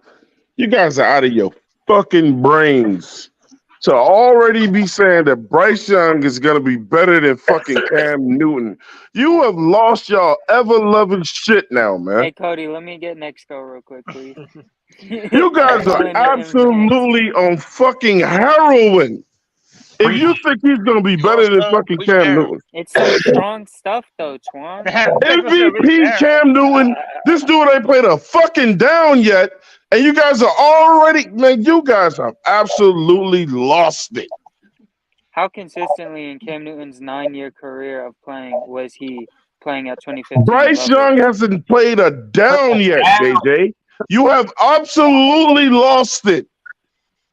I'll give Twan that. Hold on. Twan speaking facts, though. Hold on. This man, he was a fucking MVP. I respect what Twan is saying, though, because like I've said, Cam Newton is my favorite player of all time, and we're not going to disrespect that nigga, G. What? Okay? We're not. I think Bryce Young is going to be better than Cam. Sounds like somebody on fucking crack. He could be. Let's not act like he. Yeah, maybe I snorted a few lines, man. You never know. The fandom is going. The fandom is going too far when you start making comments like that, bro. Hold on, Cody. So like Cam Newton, if Bryce Young wins like let's say 3-4 more playoff games, has multiple 4,000-yard passing seasons, which Cam Newton didn't have. Gets to an NFC championship. Not facts, but still. Too many ifs, bro. Huh? Look, yes, if we all want him to be better than Cam, because if he's better than Cam, that means the Carolina Panthers are doing great. That's what I said, man. Like, the resume doesn't have to be like crazy. Almost, we don't even need to go there yet. We just he can win a Super Bowl and not be better than Cam. It just means he got a better team around him. Whoa. Pickles get involved now. If he wins a Super Bowl, he is better than Cam Newton. No, that just means he got a better team around him. In the record book, he is. There's teams around him. Fuck out of here, man. Fuck out of here, man. Trent Dilfer won a Super Bowl, man. Get the fuck out of here, man. Jim McMahon won a Super Bowl. I don't want to hear that. That just means that you got a better team around you. If you get that ring, that's all that counts. Let me say. Let me go ahead and dispel Pickles' point right now. Aaron Rodgers is one of the best fucking quarterbacks we ever seen. He only won one Super Bowl. Trent Dilfer got the same amount. Defense sucks. So I'll agree to that. Right, that's what I'm saying. It's about but the team he's going to now, he may have more success. Yeah, no, he's Aaron Rodgers. It was just playing. Aaron Rodgers is Aaron Rodgers. Hey, real quick. Aaron Rodgers has one championship, and that was like 10 years ago. Aaron Rodgers has one championship. That was 10 years ago. What has he done since? Losing the first round. Okay. Hey, what's up? Listen to Aaron Rodgers try, and you'll find out. Okay, what about Stafford? Stafford just left Detroit and won a Super Bowl the next year. Well, let me get Al in on the conversation. Al, do you think that Bryce has the potential to be better than Cam Newton? Fuck no. I mean, of course, he has the potential. He hasn't played a game yet. Yeah, of course, that's the potential. It's always there. But just to say up top he's going to be better, that's just stupid, bro. That's asinine. To have an MVP. To the guy in the chat said he needs to. Nobody said nothing about an MVP. We're talking about playing actual games, bro. You're talking about if he does 4,000 yard seasons, if he fucking wins 2 MVPs, if he wins 2 championships, of course he's better than. But he hasn't done shit yet. He's just a rookie, bro. You can't say that until you see the man play. I don't know, man. That's what he's talking about is crazy, bro. Like, you're talking about one of the best players in a fucking franchise. Yeah, just kick and come in and throw 5 picks and be shit, bro. And then what you gonna say? And then what? Don't give a fuck. Don't give a fuck. G-Baby frozen his I don't care what he did in fucking college, bro. I don't care about college, bro. I don't care about college. It's the NFL. What are you talking about, bro? Finally fucked up. Let me ask you this: Who was walking into a better situation as a rook? Bryce Young. Cam No Newton debate. or Bryce? No debate. Bryce Young, without a doubt. No. Who's the better receiver for? Whoa. Let's slow a little bit. Let's be honest. Half y'all, with all due respect, were little when Cam was drafted. So let's rephrase it. Cam Newton had a franchise left tackle. Well, it's the truth though. Cam Newton had a franchise left tackle with experience, not a 2-year player. He also had a well-experienced Pro Bowl wide receiver, Greg Olsen, and they had 2 high-quality running backs. Tight ends. 2 great tight ends. And tight ends. The only thing is his offensive line sucked, though. His offensive line sucked. It was okay. It did not suck, bro. Oh, my God. Bro, we had Ryan Cleo. We had fucking They didn't really suck. They didn't suck, but they were running offensive linemen. They were not used to the style of offense that Cam brought. I knew one day somebody was gonna fucking lose it up here, man. I knew one day somebody was gonna say something so fucking dumb that you couldn't walk the shit back. Even G-Baby ain't even down with this shit. Even G-Baby ain't even down with this shit. I mean, G-Baby did Y'all are missing. Bro. I swear, I need a button that mutes everybody, bro. G-Baby did say before the show that, before you jumped on, Twan, that Bryce does have better continuous accuracy than Cam Newton did. Al, mute your mic, bro. Al, I'm gonna mute you for a minute. Whenever you want to talk, unmute yourself, bro. That wind is wild. Bryce doesn't have anything better than Cam because he hasn't played the game yet. He ain't played 1 game yet. Right. One game. And we are right. And again, I understand that it's all too early for this.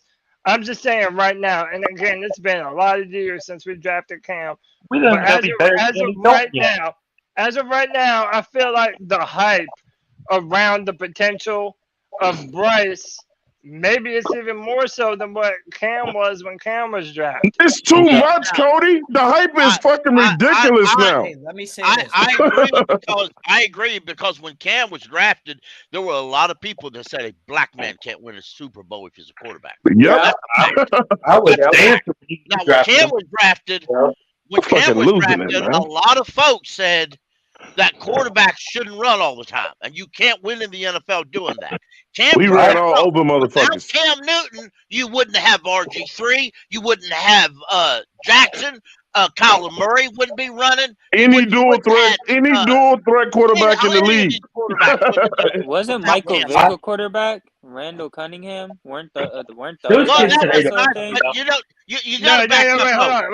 you're right, JJ. That's why, even though those rumors did still persist, they were dumb the whole time. The reason why Randall didn't win. He won, but he wasn't a superstar. It's because Randall Cunningham, they made him stay in the pocket. Back in those days, they tried to make him. They told him, if you run outside that pocket, you're benched, and they did. Nah, Randall Cunningham was one of my favorite quarterbacks. That was one of my favorite quarterbacks ever. Randall Cunningham. Let me say this: Randall Cunningham could sling that motherfucker. If you go Yeah, they never put no leash on him. They never put a leash on Randall Cunningham. Let me ask you this: Who wears number 1 for what reason? I want to say this to just get the pot stirring, man, because this is hilarious. Oh, I love Cam Newton. Don't do it. I've seen him live. So I'm about to say something crazy as hell. It's coming. It's coming.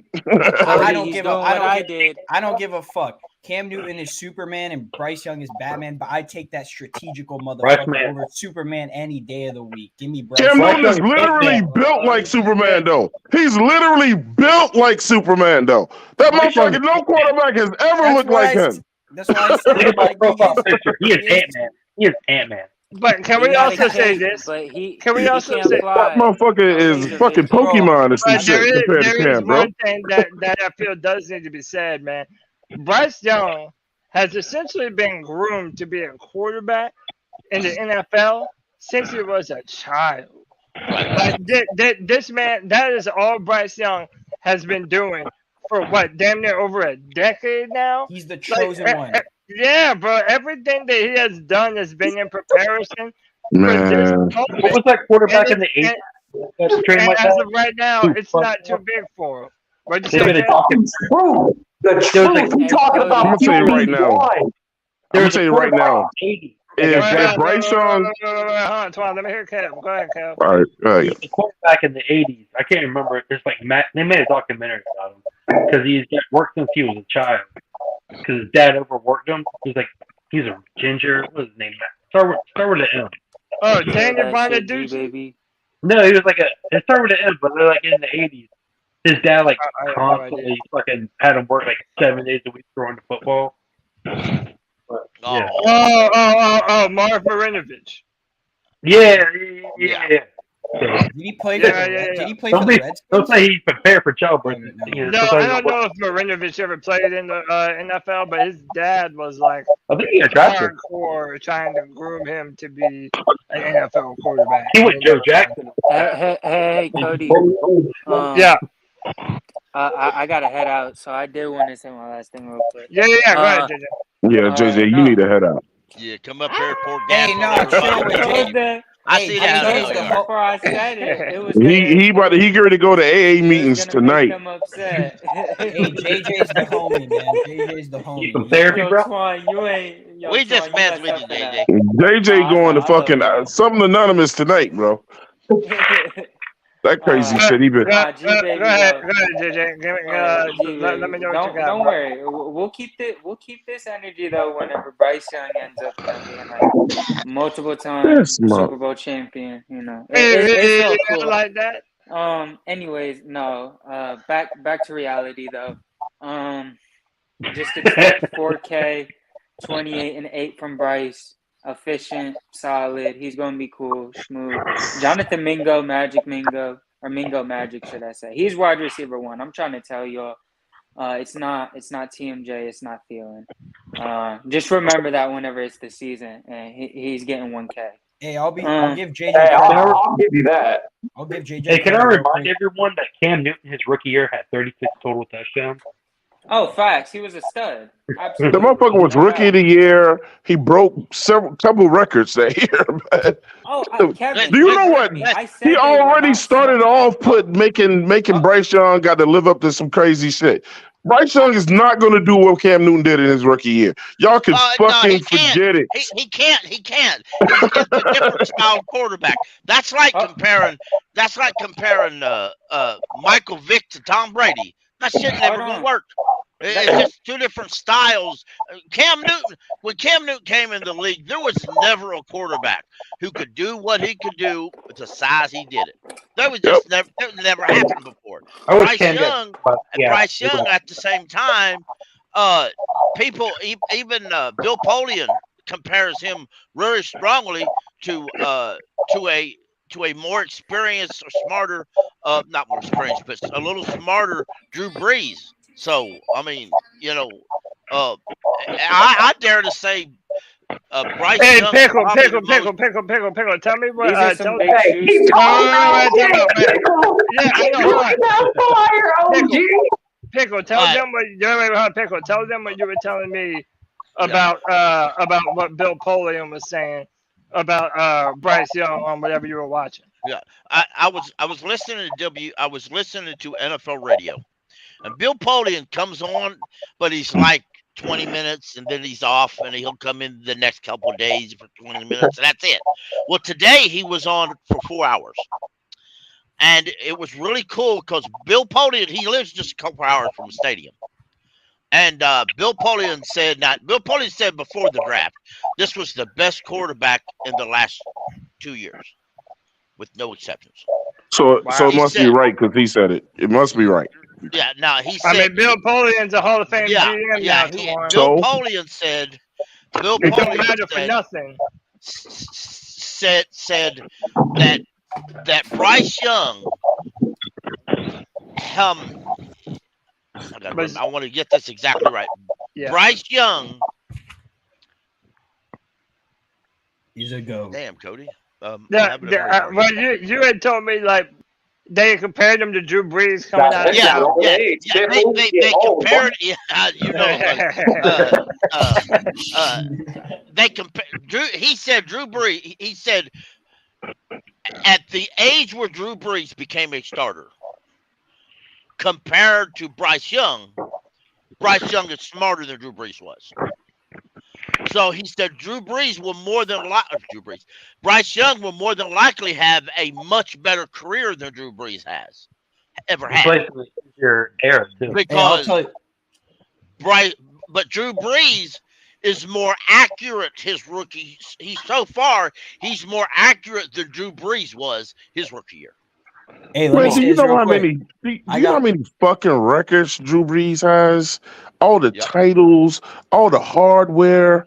And Bryce Young's gonna break them all. Bryce Young ain't doing none of Let me say this. Y'all losing y'all fucking mind, man. Y'all losing. Let me say this. Y'all fanboying like hell, bro. Hey, listen. Y'all losing your fucking minds over here. Let me say this real quick. Go ahead, Ant. I got like 3 buddies that go to Alabama, and they told me like this is their whole reason I got on this Bryce Young shit, because they told me like 2 years ago when he started the first game, they're like, this motherfucker is the best player to ever play at Alabama, man. And that's when I knew. I started following him. This dude is gonna break all the records. He's gonna win us a fucking Super Bowl. I don't care what anyone says. This is the energy we need, man. Can we get 20 touchdowns first? Anthony? Can we get 20 touchdowns first? Yes, we'll get the 20 touchdowns, Kevin. Hey, Kevin, look, man, look. Bro, we'll get that before the bye, Kevin. Easy, bro. I'm so glad Kevin is on here, bro. He always. We'll get the 20 before the bye, bro. We'll get We've the had 20 before the bye, You guys are losing your shit, man. What the fuck is going on in C3 tonight, man? No, that's our quarterback. Oh, delusional. That's a motherfucking quarterback. That's our fucking quarterback. Do y'all realize that Bryce Young went to most other teams that he would not be this much of a deal, a big deal? Panthers fans lose their fucking minds, bro. That's bullshit. You know why, Twan? They Because put on that black and blue jersey and y'all lost it. Let the man do something first. No, because he ain't even did shit yet. If you put on that purple, white, and y'all putting crowns on him and he ain't did shit yet. Nah, bro, because when he was about to be a Texan, they were hyping the. Well, y'all better pray to all the skinny fucking punks that this dude goes out there and goes crazy, because this could be potentially be one of the biggest busts ever. Because none of y'all are worried about his size either. None of y'all are still worried about his size. Nah, we're not. And he about to go wild, bro. Okay. The fuck are you talking about? The fucking truth. He's accurate. But y'all gonna come out here and say he's gonna be better than the motherfucker that look like Megatron. He's QB1 already before fucking training camp. The fuck are you talking about? Oh yeah, because you know, like I go crazy seeing motherfuckers run around in their panties throwing balls to guys with no defenders in front of. What are you gonna do when he? Hey, what are you gonna do when he outperforms Aaron Rodgers in training camp, bro? What are you gonna do? I mean, at least wait till a training camp day or when they are opposing somebody else. Man, look, even when we played with the fucking Jets, they ain't even gonna be allowed to hit him. He still ain't gonna be allowed to get hit. Also, why would we still be scared about him being small? We knew that shit 5 months ago. No, and he's putting on weight. He has a professional nutritionist. Hold up. Let me say something. Bill Polian mentioned his size. Bill Polian said, and I'm going to quote, Bill Polian says, the thing with Bryce Young's size, you got to remember, he's always been small. He knows this. Right, we know. He's went to high school. He's went to college. He knows more about his size than you do. Hey, I'm going to shut this down. Let me say this. Hold on, G. Let me say this. Alabama was ranked number 1 when they recruited Bryce Young. Number 1 in the nation. They had a chance. They had an opportunity to get any fucking QB in the entire nation. Right. Why did they go for fucking Bryce Young? They'd be fucking too small and too fucking short, bro. Right. So look, I can rebuttal that. So let me rebuttal that. So earlier, Anthony said that somebody told him that Alabama. Wait, Anthony been trying to get out. I'm gonna let you go right after Anthony. I'm gonna let you rebuttal. Let me let Anthony get in. Go ahead. I'm gonna quote what fine ass Sheena Quick said. If only I was 10 years old. If she lives 15 minutes from me, I would have asked her out. But listen to the point I'm trying to make right now. All right. She literally said, if you keep talking about Bryce Young's height, then you just don't have anything to talk about. That shit is tiresome. I got other shit to talk about. You said somebody at Alabama told you. He's been talking to motherfucking OTAs. Hey, Kev, check this out, Kev. Let me talk to somebody who's got some sense tonight, Kev. So Anthony said that somebody told him at Alabama he was the best player at Alabama, or was he the best quarterback? No, bro. He's Nick Saban's highest ranked drafted player ever. Right. Do you realize that there's quarterbacks that play for Alabama that said, I never lost?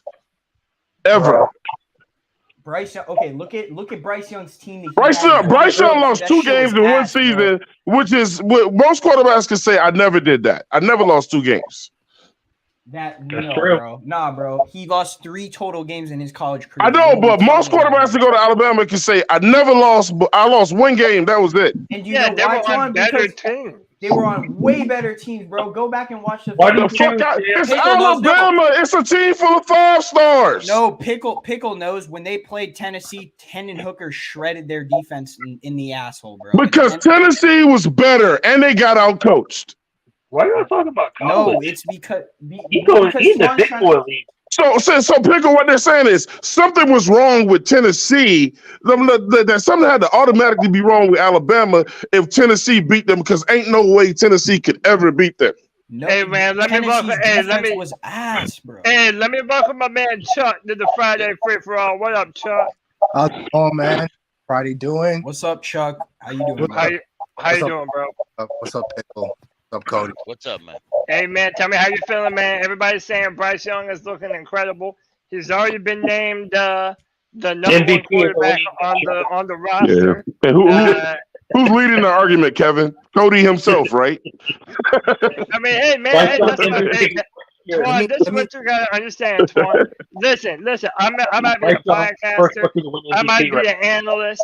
I do all these other things, but I'm a fan first and foremost. And you goddamn right that I'm repping my quarterback, bro. Is it a little bit of bravado? We rep that QB all fucking day. And I'm also not even saying that Bryce doesn't have the ability to be special, because I think he does. Let me get my man Chuck in on the conversation. Chuck, what you got, bro? Okay, my opinion is I'm listening to what Twan is what he was saying, because I haven't been on here. Because I hear all sides. I don't like to take one side and run with it. What is your are you okay with Bryce Young being named the starter, or what is your opinion on that? Nah, I don't have a problem with Bryce Young being the starter. He loves Andy Dalton. Why do you think Andy Dalton, when we gave all the resources to do what we needed to do? Bro, Andy Dalton, bro, are you, bro? Andy Dalton's throwing up the fucking ground, guys.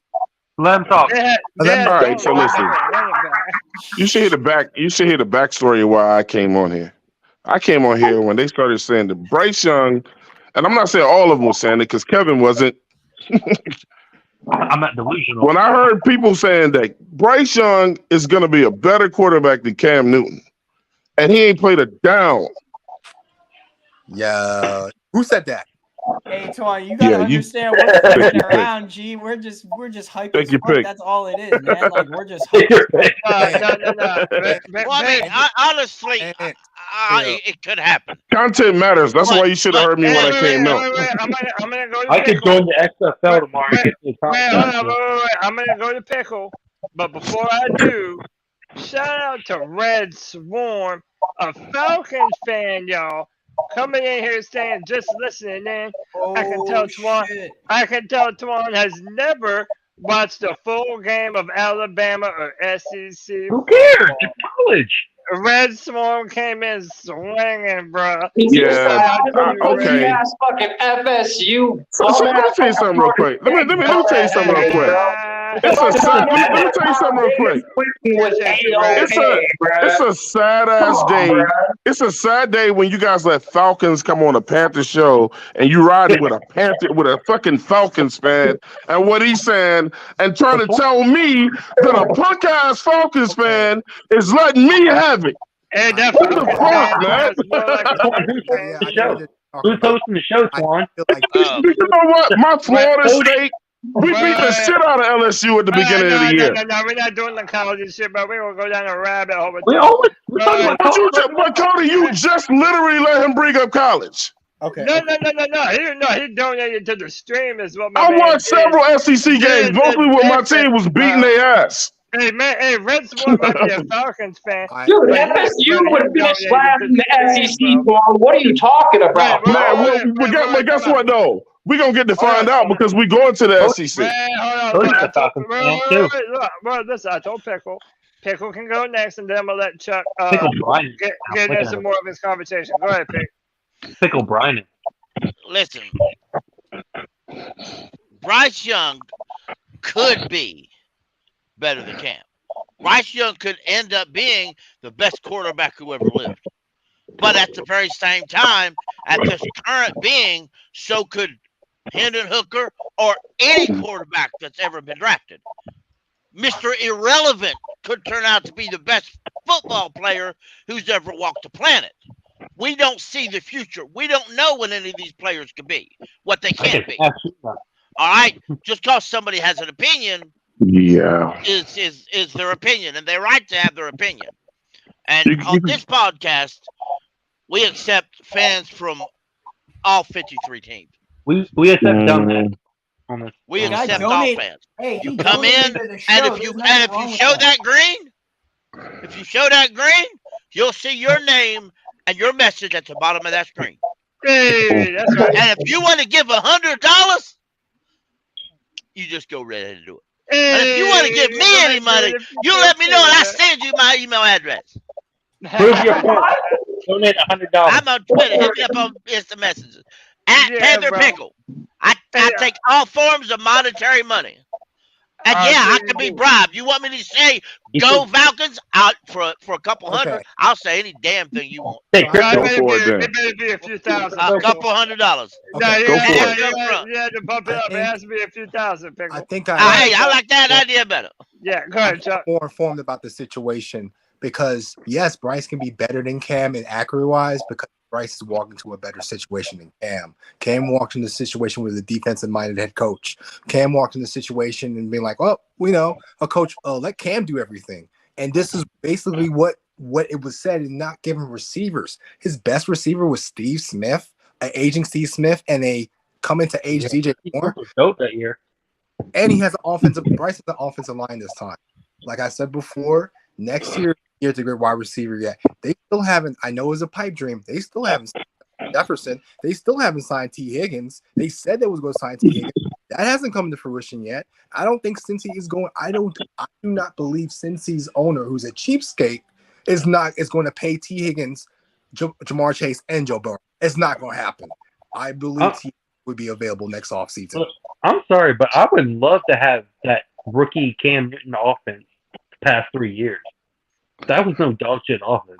Dude, Yeah, and but plus not they the, fired. No, not the offensive line. No, not the I think the offensive line. too. No, Cam Newton Over was the one we have fucking now? offensive line, man. And for the rookie year he had, yeah. I mean, Jordan Gross, Ryan Khalil. It was a good offensive line. It's not like it was like. Hey, I wanted to read this comment. Fade says, "I'm from Bama. Whole family is Bama fans. He's good, but I don't trust this coaching staff. If 9 is the #1 quarterback after 1 week of OTAs, not good." That confuses the hell out of me, man. Because why wouldn't that just say that he is so prepared, he's so good right now that they trust him enough to be the #1 quarterback on the roster right now? So I bet you're not gonna come to me, even though I already said that shit before that fan said it. Cody, 1 week of OTAs and then they automatically they push him up. Look. So they put him with the ones, and he ain't been in no practices with no hitting, no defenders, and they automatically pushed him up to #1. I told you that this coaching staff was gonna have all the pressure in the world on them because they traded up to go get that guy, and now they ain't got no choice but to start. Let me say, Cody. he's looking.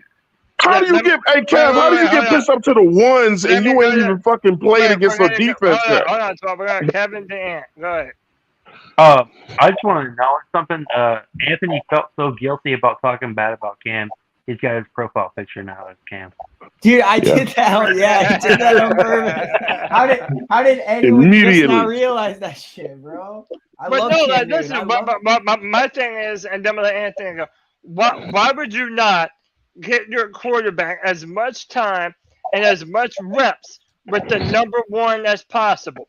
You're not preparing Andy Dalton to be the starter of the Carolina Panthers. It's whoever is better on the football field. Yeah, it's OTAs, but if Bryce is doing everything right and he's hitting the targets, why would you waste time with Andy Dalton at #1? That makes no Cody, he ain't a waste of time. And Bryce Young ain't played against no damn defense yet, bro.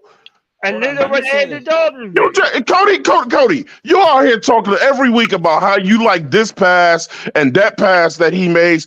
It's easy to make those passes when you ain't got nobody defending you. Yes, so why would you want Let me say this. Hey, let me defend you, Cody. Let me defend you. Because Andy Dalton, there's clips of him throwing balls at the fucking ground. Maybe Bryce Young has just looked better than Andy Dalton. So you think they go? So I'm gonna take a guess, Kevin, that they're never gonna show you a highlight when Bryce Young misthrows the ball to somebody. They're never gonna show us that shit. We haven't found. They're never gonna let us see it. We haven't found one. You only see what they show you. You don't see what they don't show you. That's what I'm saying. That makes sense. I mean, but you don't know that. If they're not purposely going to hype up Bryce Young because that's what they want to do. I mean, they're just not. Cody, if you check the chat, there's a link to Cam's rookie roster in September. All right. Oh yeah, that rookie roster. Don't sleep on that. If you're a Panthers fan, then you should already know that shit. Right? You want me to read it? Word for word. I'll pull it up. Y'all sleeping on it. The defense was trash. They had Greg Hardy and Charles. I don't understand what's going on, bro. Y'all fanboying tonight, bro. This man ain't did shit. This was Cam Newton's offense, his first year in the NFL. Our offensive line was Jordan Gross, Travell Wharton, Ryan Khalil, Mackenzie Bernardo, and Jeff Ota. Sorry, bro. I'm gonna pick this offensive line over that one, man. This offensive line is way better than that one. Look at the tight end. Who's the starting tight end? Who's the starting tight end? Jeremy Shockey and who's the number 2? Greg Olsen. My main question is, why the hell did they fire this offensive coordinator, Chazunski, when he was... They did not fire him. They did not fire him. He was hired as the head coach by the Browns, and the Browns lasted 1 year, and they fired him after that. Now Now go to 2015 and put the line up that Cam had then. Put the receivers up that he had then. Put the receivers he had up then, and the fact that he almost had an under-fucking defeated season, and then tell me how Bryce Young is better than him again. It can be. He had no line in 2015 and no receivers. His best receiver was Ted Ginn. Twan, do you don't think there is any chance in the world that Bryce could be better than Cam? Yeah, no. Oh, wait a minute. Whoa. Let's back up. Chance, Steve Smith, Brandon LaFell, Almonte Edwards, Leganu Lene, David Clowney, and Khalil Paris. That's the wide receivers that Cam nobody. that Cam had. All you need is repeat. All you need is Steve Smith on the Fucking nobody. Really good. That's why he had to throw the ball to Greg Olsen. Now, let's put everything in context because we apparently don't want to. That's just a fact of it. Everybody on this board don't want to put nothing in context. This is what every single NFL rookie comes into. Things are not handed to you on a silver fucking platter. It is for Bryce Young. Talking about Mike Goodson. One play? You know what? Goodson, bro. I don't think Bryce Young has earned shit yet. It seems like they're giving him shit. I don't think he earned shit yet. What? How can you earn anything? But the point of the matter is, dude, you're not there. You're not there. Neither are you, Pickle. You ain't fucking there. Right, but that's I'm the not point. arguing that they're giving him anything. I'm just accepting what Man, this motherfucker got upgraded to the ones after 1 week of OTAs. I'm accepting what the coaches say. I'm not accepting it. He's had more than 1 week of OTAs. Can I say this, guys? It's okay to disagree with some of the shit that you see these coaches doing, man. You don't have to agree with everything that they're doing, bro. Yeah, 1 week of OTAs and he's getting bumped up to the We ones. have to have a reason to disagree with them before we disagree with them. Why would we disagree with them when everything that you know what, man? done up until now You know what? has proven that he is ready for that moment? Oh, they haven't played a snap yet, but that's not his fault, Twan. They're gonna play. They're gonna play whenever they play. Y'all right. Y'all go ahead, ride Bryce Young into the sunset, man. I'm gonna wait. And don't come at me if something happens. Don't come at me like, oh, you can't wait to come in here and say something or whatever. I'm not gonna say shit. I'm not gonna say nothing. I'm holding my expectations. Y'all put way too much. Y'all putting everything on this guy, and this man ain't took one snap yet. And then, do you know how many motherfuckers gonna be pissed off with this dude when he didn't ask for all this pressure? Hey, do you think that the Bengals fans or the Jaguars fans shouldn't have put all their hopes and dreams on the first year of Joe Burrow and Trevor Lawrence? Yes. The Bengals offensive line was horrible. Yeah, but it didn't mean that Joe Burrow played bad. No, but they should hold your expectations. That Jaguars team had Urban Meyer on it as a head coach. Bryce Young thrives under pressure. He literally smiles when he thrives in college. Yeah, he's still gonna do it in the NFL. Don't worry. Hey, Kev, you do know that even in college, Cam say, even in college, I didn't lose a fucking game. I didn't lose one fucking game. I didn't lose none. I don't care where I went. I didn't lose. Bryce Young gave y'all 3 losses. Yeah, that don't mean shit, man. Listen, I'm holding my expectations. I'm not saying he came into the league and won fucking Rookie of the Year. Exactly. He just continued where he left off from college. I'm not saying Bryce Young can't do it. I'm like, damn, bro. Look, let's see a game or two first.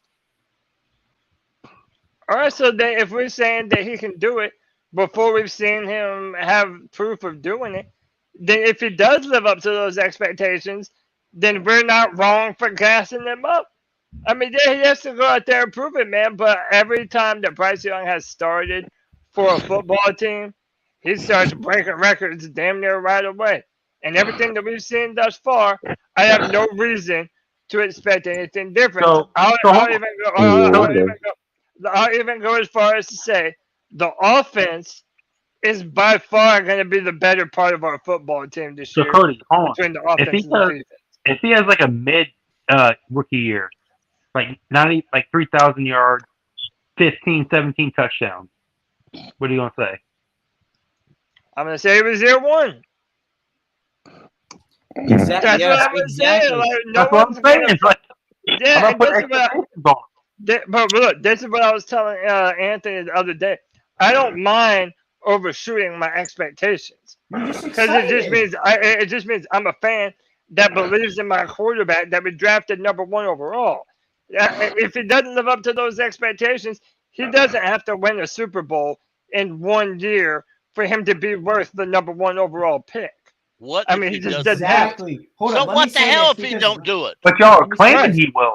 Let me say this. I'm hoping we win the Super Bowl. That doesn't mean we want to. But Kev, we're saying that as of right now, without anything happening yet, he is looking like the real deal. So look, so let's take it away from ourselves and like let's just go to like some of the things that we saying with power rankings or whatever. I mean, not that they know too much more, but you know they kind of do some of this shit for a living or whatever. And everybody got their sites that they watch that they respect or whatever. When you go to any of these sites and shit or whatever, they still don't respect the fucking Panthers. They said even with Bryce Young, y'all ain't gonna be shit. Well, that's what they do. That's what they do. And they're usually right. No, they're not usually right. These are morons who half of them don't even know where Charlotte is. Listen to some of them talk on the game day. They'll say Charlotte, or they won't even say Charlotte. They'll say the North Carolina Panthers. Let me say this. The media is stupid in general because, Twan, I've heard you say that the media is bullshit many times. So you can't just believe it to further your art. Yeah, but you can't just believe them saying, oh, Bryce Young's going to suck to further your argument, but then agree with them on whatever the hell else. Hey, Kev, did I say that they said Bryce Young was going to suck, or did they say the Carolina Panthers, even with Bryce Young, the Carolina Panthers are going to suck? Well, that means if the Carolina Panthers and a lot of just the NFC South joints alone, they got us ranked 3rd in NFC South. They got Atlanta and fucking New Orleans ahead of us. And that's what. Hey, and you know what, Twan? The best Panthers are always the Panthers that are slept on. They are disrespected. We've been slept on for 5 years. So I've been sleeping on my own team for the last 5 years. We never had a quarterback. Okay, guys. Yeah, but he was the number 1. Y'all on that fan shit for a reason, and he was the highest drafted Alabama player for a reason. So it's like, come on, man. There is no reason. That don't mean anything.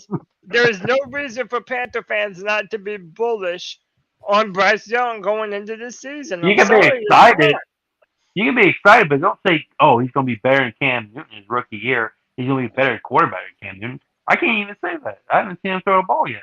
No. But all right, how about this? If you don't want to say it, Kev, how about this? Is it impossible?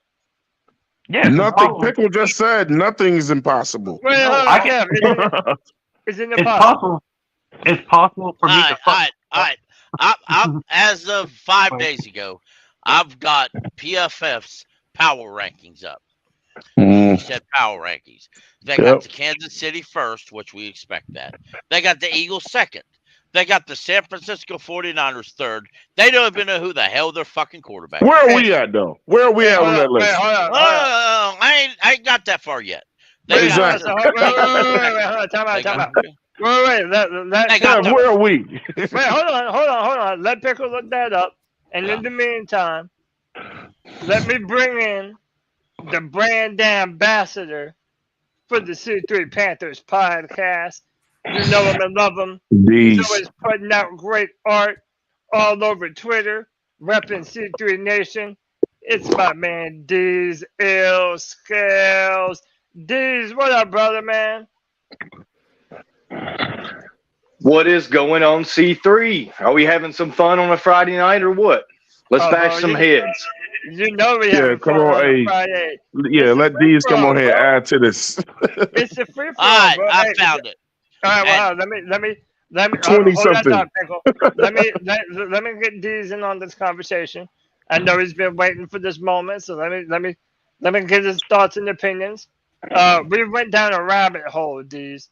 And we're talking about, could Bryce Young have a better rookie year than Cam Newton did in 2011? Or are we putting too lofty of expectations on Bryce too early? Okay, well, I learned something this week. I did not know that 32 passing touchdowns was like number 4 in the NFL last year. I didn't realize that.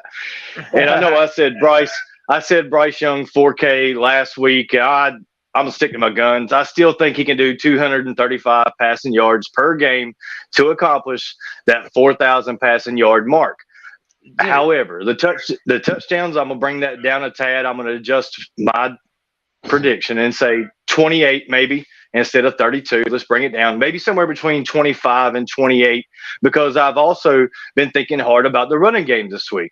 Miles Sanders rushed for over 1,300 yards last season. I feel like this year, behind our offensive line and the depth that we've added, he may even be able to do more. What if Miles Sanders rushes for 14 or more yards, 1,400 or more yards this year? I do think it's possible with him doing that with 13 with the Eagles.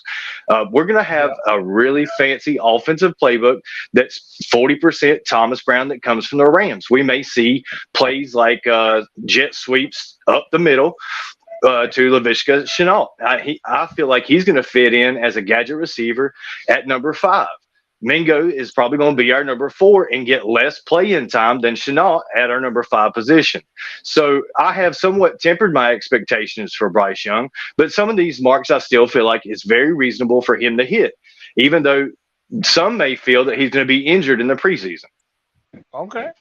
So I feel you have a very adjusted opinion on it. It's like, hey, he might not put up record numbers, but there's no reason why Bryce couldn't have a great season with all of the weapons that he has available to him. Only 5 quarterbacks last year had 4,000 yards. I don't give a damn, Kev. I don't give a damn. Hey, it's only 235 yards. You can do that. Hey, so the Pickle looked up some stuff, but before he does, I'm gonna let Anthony get up out of here. Anthony, I appreciate you as always, bro. Always great having you. Give us your final thoughts. Anthony, where you going, man? Hey, for sure, bro. I got stuff to do. I got some friends that graduated high school, so we're gonna go celebrate, do stuff like that. Right. But hey, man, Anthony, wear a condom. Oh shit, I'm already strapped up. But anyways, anyways, hey, great show, man. I love the fiery. I love the, as Twan says, it's all mutual respect. We have different opinions on a lot of things, but at the end of the day, we're all Panthers fans, and it's fun as hell to argue on a Friday. So stay calm, C3, hit the like button, hit the subscribe button. And hey, there's nothing wrong with being hype about Bryce Young, man. There is nothing wrong. We deserve to be positive about something that goes on in this organization. I think Bryce Young is who we need to be positive about. My fucking dog. I'm going to ride or die with him on that hill. I don't give a fuck. But hey, man, hit the like button, hit the subscribe button. C3 for life. You already know the vibes. Keep motherfucking pounding, baby. Hey, C3, appreciate you, Anthony. You're the man, dog. For sure. All right. Yeah, man. And by the way, have fun, man. Hey, for sure. Yeah, man. Be safe. Have fun. And to kind of continue upon that, Twan, that's another thing, bro. Like, Panther fans have not had a lot of victories in the past 5 years. That's why me and Kevin keep laughing. All right, but this is what I'm saying. You can't. History's not on our side. You can't blame Panther fans for being excited about their number 1 overall drafted quarterback. But don't come out saying like he's going to throw 35 touchdowns, 5 times. No. Yeah, man. Y'all gave some crazy numbers. G Baby hot dog. I don't know if he was joking or not. And he said 4,500 yards, and then he added more touchdowns running. I'm like, what the fuck is going on, man? It looks like he's going to throw like maybe 18 touchdowns. Nah, man. As a rookie, Kev, I think you are going. What are the odds? Surprised. What are the odds? It could happen, but what are the odds? I'd rather just win and it'd be I'd rather us win and it'd be a balanced attack. I want to win. Hey, I don't give a damn how they do. Go ahead, Pickle. What was the rest of the stuff you now, to answer Twan's questions, is exactly where I thought it was going to be. The Panthers are at 28, and it says the last time the Panthers had a quarterback, the Panthers had a quarterback with a passing grade of at least 70 was a 2018 with Cam Newton and Kyle Allen. Where's Kyle Allen now? Kyle Allen is a backup for the gotta be Washington. No, he's probably pumping gas or some shit somewhere. Washington 2 years ago. He's a backup for the Texans. Now, now, before we get too hyped into this, 28th, the Falcons are ranked 27th. The Saints are 26th. Okay. Now, let me go back up here. The Cleveland Browns are 9th. The Jets are 6th. Okay. My point of the matter is power rankings are for losers who don't know football. Okay? Why do we look at all these things? Power rank, I don't look at them. But we look at all of these things. Because we're bored. Power rankings are to entertain the mindless idiots. Pickle, Pickle. It's no way. You're not gonna look me in my fucking eye and tell me you don't look at power rankings. Cut that shit out. You're gonna look at it, but you can look at them. Cut that shit out, Pickle. You look at power rankings. No, I don't, because you can look at the power rankings and know not to put a lot of stock into them. Especially when your team is 28. Right, but it's all just some asshole's opinion making their list of, this is the best. Dude, the Jets have been terrible forever. Now they add Aaron Rodgers, and they know for sure. Super Bowl. Yeah, they're a top. When was the last time Aaron Rodgers played good enough to go anywhere? Right, that's what I'm saying, bro. Well, let me tell you this, though. Let's be real. How many decades, Twan, how many decades have you heard them hype up the Cleveland Browns? Not a whole lot. Bullshit. They hype up the Browns recently, every year. Recent years, The Browns have won the offseason. Yeah, I mean, but they have those type of players. They just underperform. They're going to get to the playoffs. And they don't. They said that about Washington. They said that about the Cowboys. That don't make the Cowboys any more better.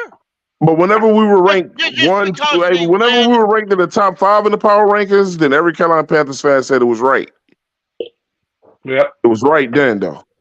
But when we rank low, then it's bullshit. The power rankings change. And during the regular season, the power rankings change every week. Let me tell you.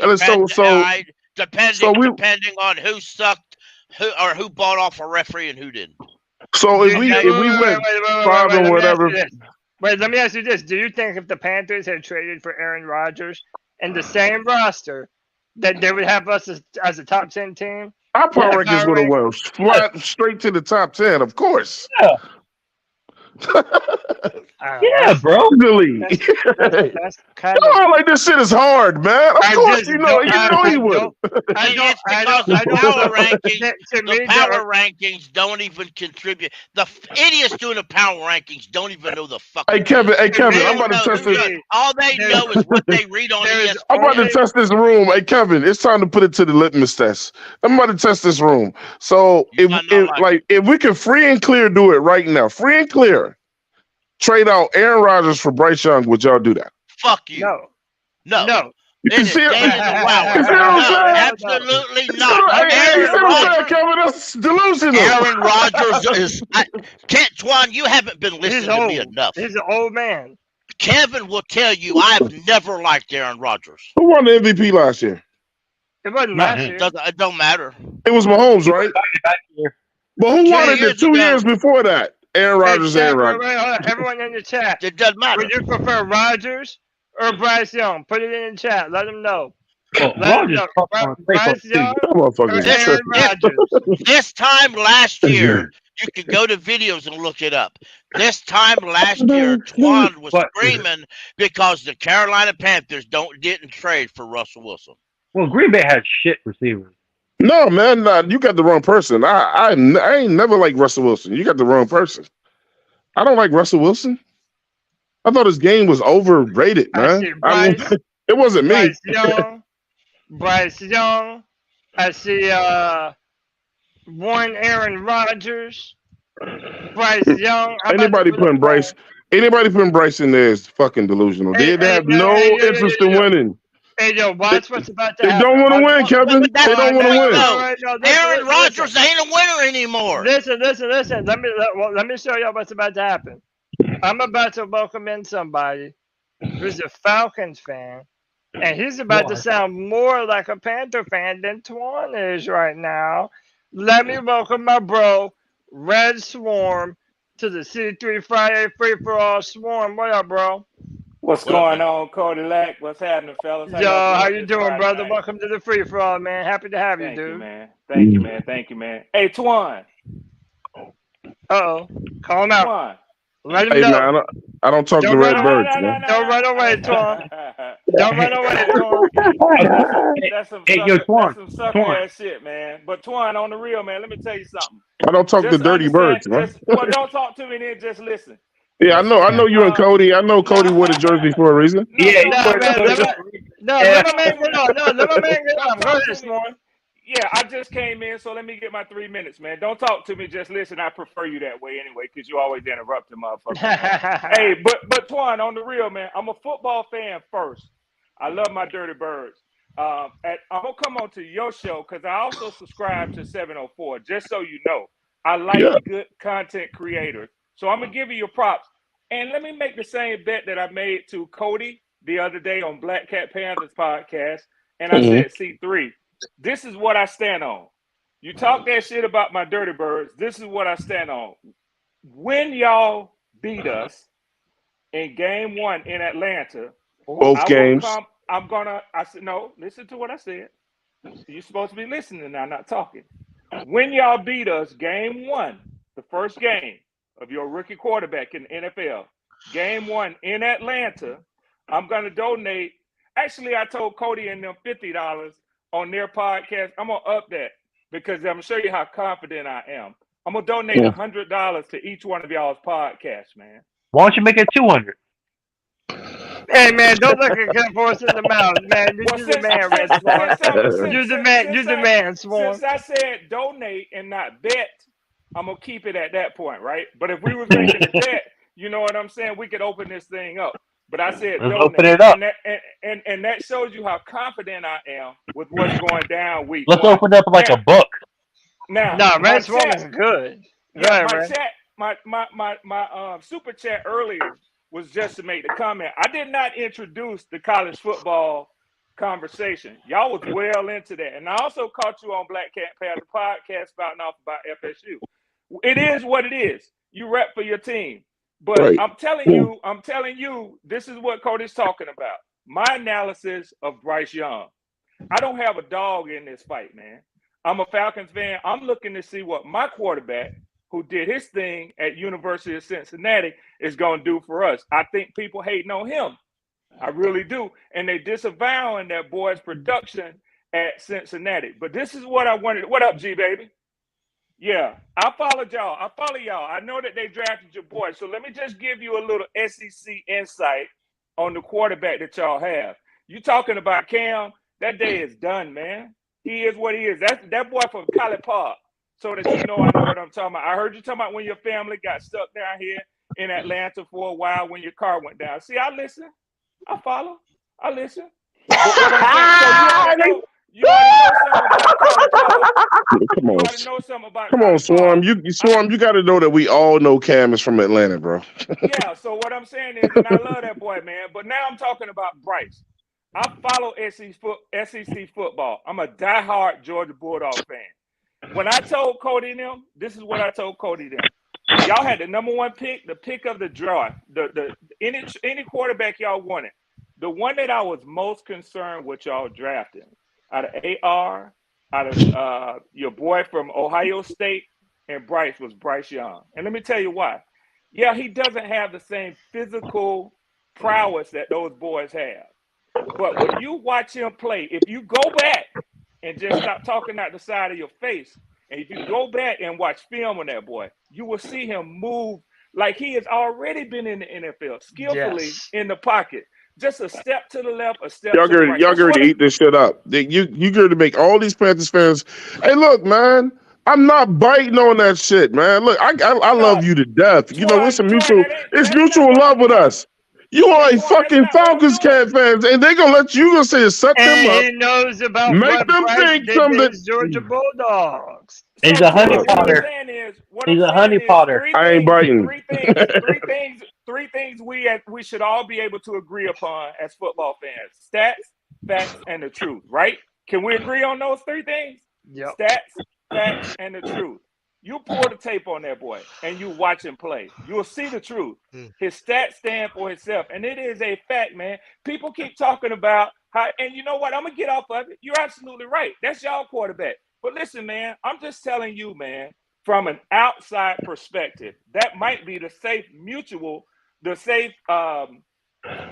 non-invested perspective that Panthers fans want to get from somebody looking at the talent on y'all team. That boy is talented, man. And I'm going to tell you something. Teams are taking notice of him. Teams are taking notice of him. He was the pick for y'all, man. Bar none. He got the look that the NFL wants. When we talked about how Cam used to get hit. They didn't throw flags for nothing, man. And you know that shit was as much as it was a race car. It was mostly your team doing the shit. It was mostly your team with the. It was mostly the Falcons with them dirty ass hits. It was Denver. It was the Falcons and fucking, and it was the Falcons and fucking in New Orleans. It was both of y'all. It didn't work for us. It didn't work for us. Y'all was tearing off in that man helmet to helmet, bro. It was some division rival shit. Yeah, and the league let that shit slide. But then when it comes down to it now, when you got a quarterback that is not just the face Say of it the again, team, Patty Grimes. He is so baiting y'all, bro. but he is the face of the league. You watch the motherfucking flags come out, man. Can I say flags come out. I'm gonna tell y'all right now. I'm done. Twan, I got mutual. Hey, look, I got love for Red Swarm. I got love for Red Swarm, but when we play that first game, when we play that first game, he's a Falcons fan. He is gonna hope that Bryce Young gets his fucking head knocked off. He ain't gonna be cheering for us. But he's so baiting y'all at the same time, bro. You're not hearing. He's a Georgia. He ain't cheering for us. I know he's gonna be cheering for us. He's also telling you that he's a Georgia fan. You think he's gonna big up Bryce Young when we play them? Look, man, he's a Georgia fan who saw what Bryce Young did to his team 2 years in a row. So exactly. That's right. And I also played a game just like you did. So let me tell you something. When you go out there between the lines, you leave that shit on the field. My son played at the university, started 4 years at University of Tennessee, Chattanooga, defensive end. So let me tell you something, man. I never, just hear this out of me, and I actually sent a super chat the other day to say this. I never root to see a player get injured. Because these boys, and Twan, hear me out on this. You played the game. Oh, no, I'm just speaking. Just I'm not talking about somebody really hoping somebody get hurt. You hear it, a football fan. Well, some motherfuckers stupid enough to hope that shit. Some motherfuckers stupid enough to hope that shit. I really don't. These boys got families. They got kids. They playing the game that they live their lives for, man. To see a motherfucker go down or even have any type. You ain't heard me talk now one time on none of these chats about y'all boy Horn, Jaycee Horn Jr. Because you know what? I remember how our team looked when AJ Terrell was down. That shit hurt, man. Yeah. When your number one at any position go down, that shit hurt. And he ain't down for the season. We ain't even got that far. But what I'm saying is it's a cause for concern because then you start to wonder what the fuck we gonna have to do if he ain't there on game one. That's what happens. That's how I felt as a Falcons fan when AJ Terrell was down, man. That shit hurt us, bro. It hurt us. Hey, go ahead, Kev. I'm done. I ain't got shit to say. I thought you were trying to get word in. Yeah, man. So let me say this. I came over to a Panthers podcast to get bird fucked. Wait, but let me tell you, man, you get bird fucked, bro. He just speaking facts. This is coming from a Georgia fan, bro. Georgia, not fucking FSU. Fucking Georgia, bro, and the SEC, bro. Come on now. Yo, hey, G baby. He saw Bryce every fucking year. If you ain't gonna do your research, then look, just go to Twitter. You look up Florida State again, and you see where we're ranked preseason. Third. Oh man, we're not doing this for the same bullshit, man. Look, let me say this, bro. Let me say this. One, I appreciate everything the Red Swarm just said, because to me it is the truth, man. Like, look, my brother's an LSU fan. He has stories about Bryce Young. Georgia fans have stories about Bryce Young. Auburn fans have stories about Bryce. Like, literally every team that this man has gone up against, Bryce has figured out the formula to take them to their limits and beat them. If not, go to the very, very end. And he's done that in high school, in college, and I'm expecting him to do That's the because same. he's a fucking killer. He's a Pop killer. Warner, junior He got high, that killer instinct, bro. the infant leagues. Fucking truth. I don't know. I'm sure. You gonna learn your lesson though. You gonna eat a whole bunch of crow this season, buddy. I'm sure. Just show up every week, Twan. Show up every fucking week. In the meantime, y'all allowing G Baby to come on here and spew that Brian Burns ain't shit. Spew that nonsense. Spew that nonsense. But when I say something about Bryce Young, then I'm crazy. Hey, I'm crazy when I say something. Hey, you know what we do?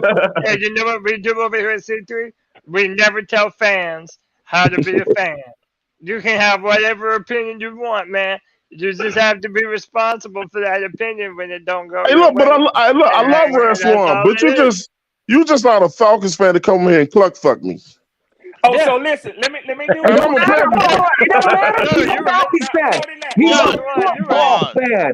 He's a football fan. He's a football fan. I don't give a fuck if he's a fucking Falcons fan right now. This is the off season. When the season starts, you know why you don't care? But right now, he's a football fan. Kevin, and I want to hear from the football fan.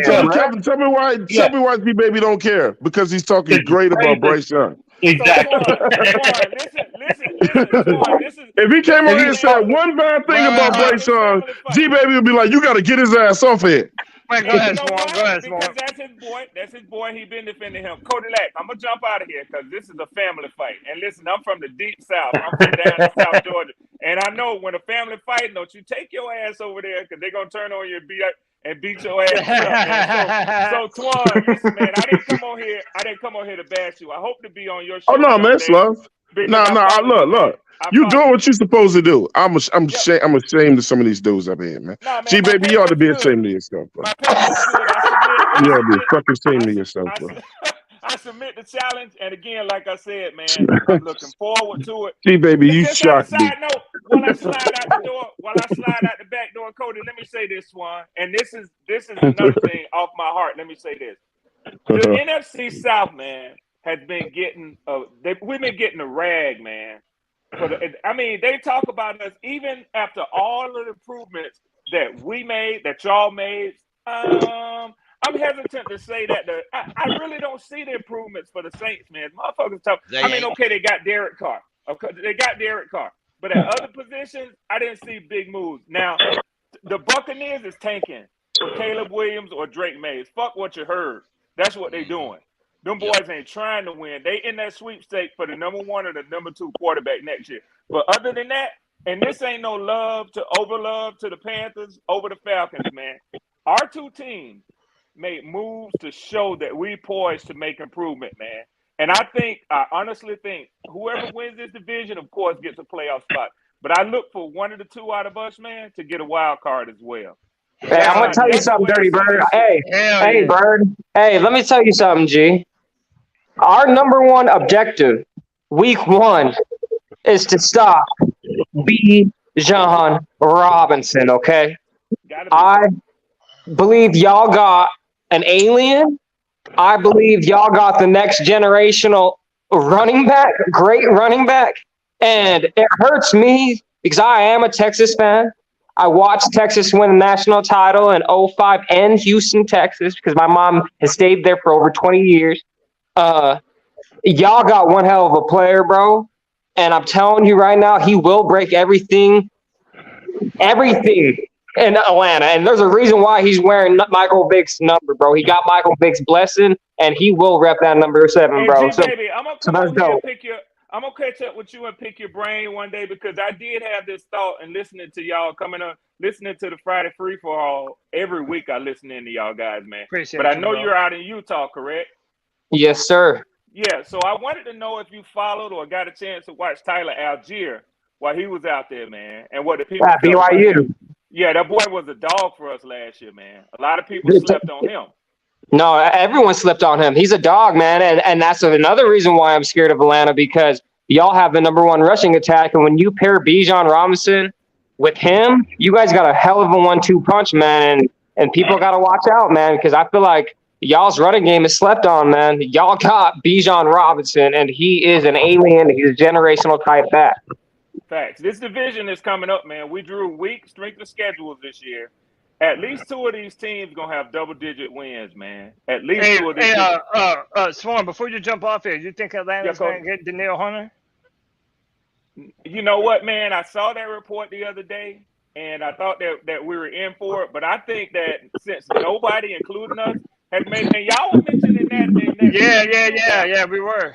But since nobody has made a move, I think that Minnesota is trying to Jew people, man, behind that shit, man, because you see that they having a salary cap dump, man. They let Cook go, and the rumors has been they let their linebacker Henderson go earlier in the offseason, and now the talk is that they want to trade for Daniil because he's under contract, and they know they're gonna have to pay him again, man. I think that their asking price is unreasonable right now. But, my hopes is that we're anticipating getting a second, third pick for Calvin Ridley with the Jaguars because he's looking good. It's a conditional pick anywhere from 4 to 2. I think it'll land a 3 easily. And that, I'm thinking that Terry Fontenot, who plays chess, not checkers, is probably willing to deal that second, third round pick, man. But I believe that Minnesota's trying to get a second for that kid, man. And ain't nobody going to give him that, man. Not in a trade. Hey, I got one more question, Cody. I got one more question for him, G. One more. Hey, Red Twan. How's y'all have Jesse Bates? Y'all have Jeff Okudah now. Yes. Y'all have Calais Campbell in the middle. Yes. AJ Terrell now. Well, they've always had AJ Terrell. How has Jeff Okudah?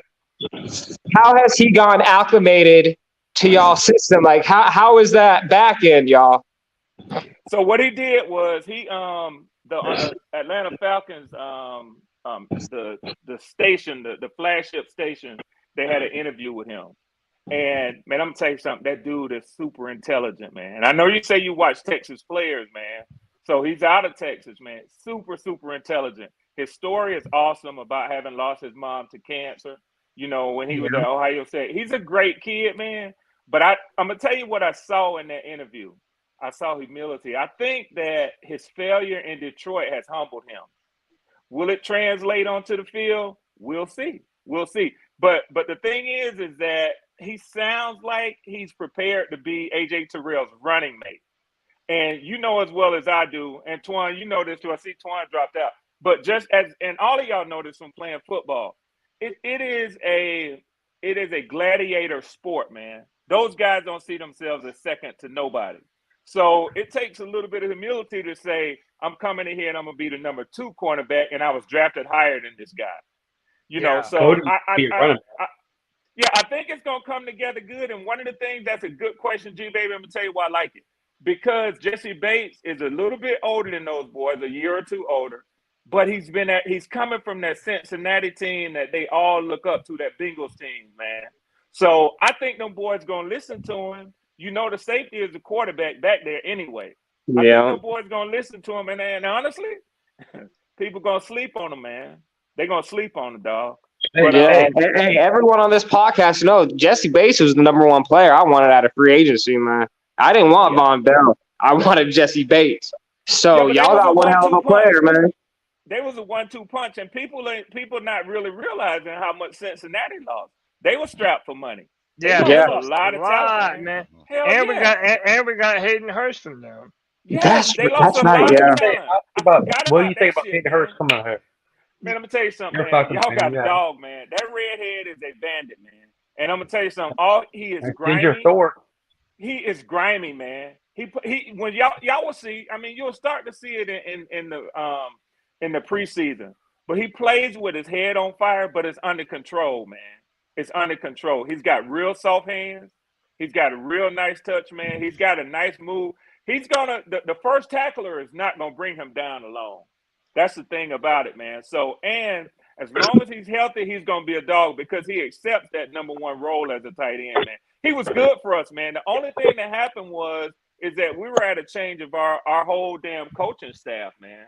So y'all drafted that tight end. Yeah, they wanted Cal Pitts, man, and I mean, shit, you know, they were a new regime. They trying to build from their own system. That kid was billed as the unicorn. We still got to see it on the field, man. He didn't have shit with Marcus Mariota last year. Marcus Mariota is not a quarterback. I don't give a fuck what nobody say, man. No, and you know what, man? But how is Desmond Ridder? How is your QB1 looking though? Wait, hold on. Let me say this real quick, Jimmy. Mariota, bro, what he did at the end, walking out on his team. That was bullshit. Bro, that was some sucker shit. That was bush league, That man. was some sucker shit, bro. Yeah. But it don't matter if you've been benched. You don't do that to your team, man. And you just don't do that shit. I was conflicted with that because Mariota has a better reputation publicly around the league and in football and being from Hawaii and everything else. I was really disappointed. So I'm going to tell you what I felt like. Maybe he felt like he was lied to by Arthur Smith when he brought him back here. But he should have been realistic enough to know. But I was just about to say that. Yeah, you wasn't getting the results on the field, man. Because I thought it was uncharacteristic. You got a 1-year deal. Period. You're right, bro. You're right. So he shouldn't have been expecting shit. He knew he was out there to prove it, man. He knew he was out there to prove it. So yeah. But yeah. And yeah, I'm gonna say this. I'm gonna let you go on Desmond. And I know you gotta jump out of here. But for me to be a little bit complimentary as well. And I told you this on Black Cat.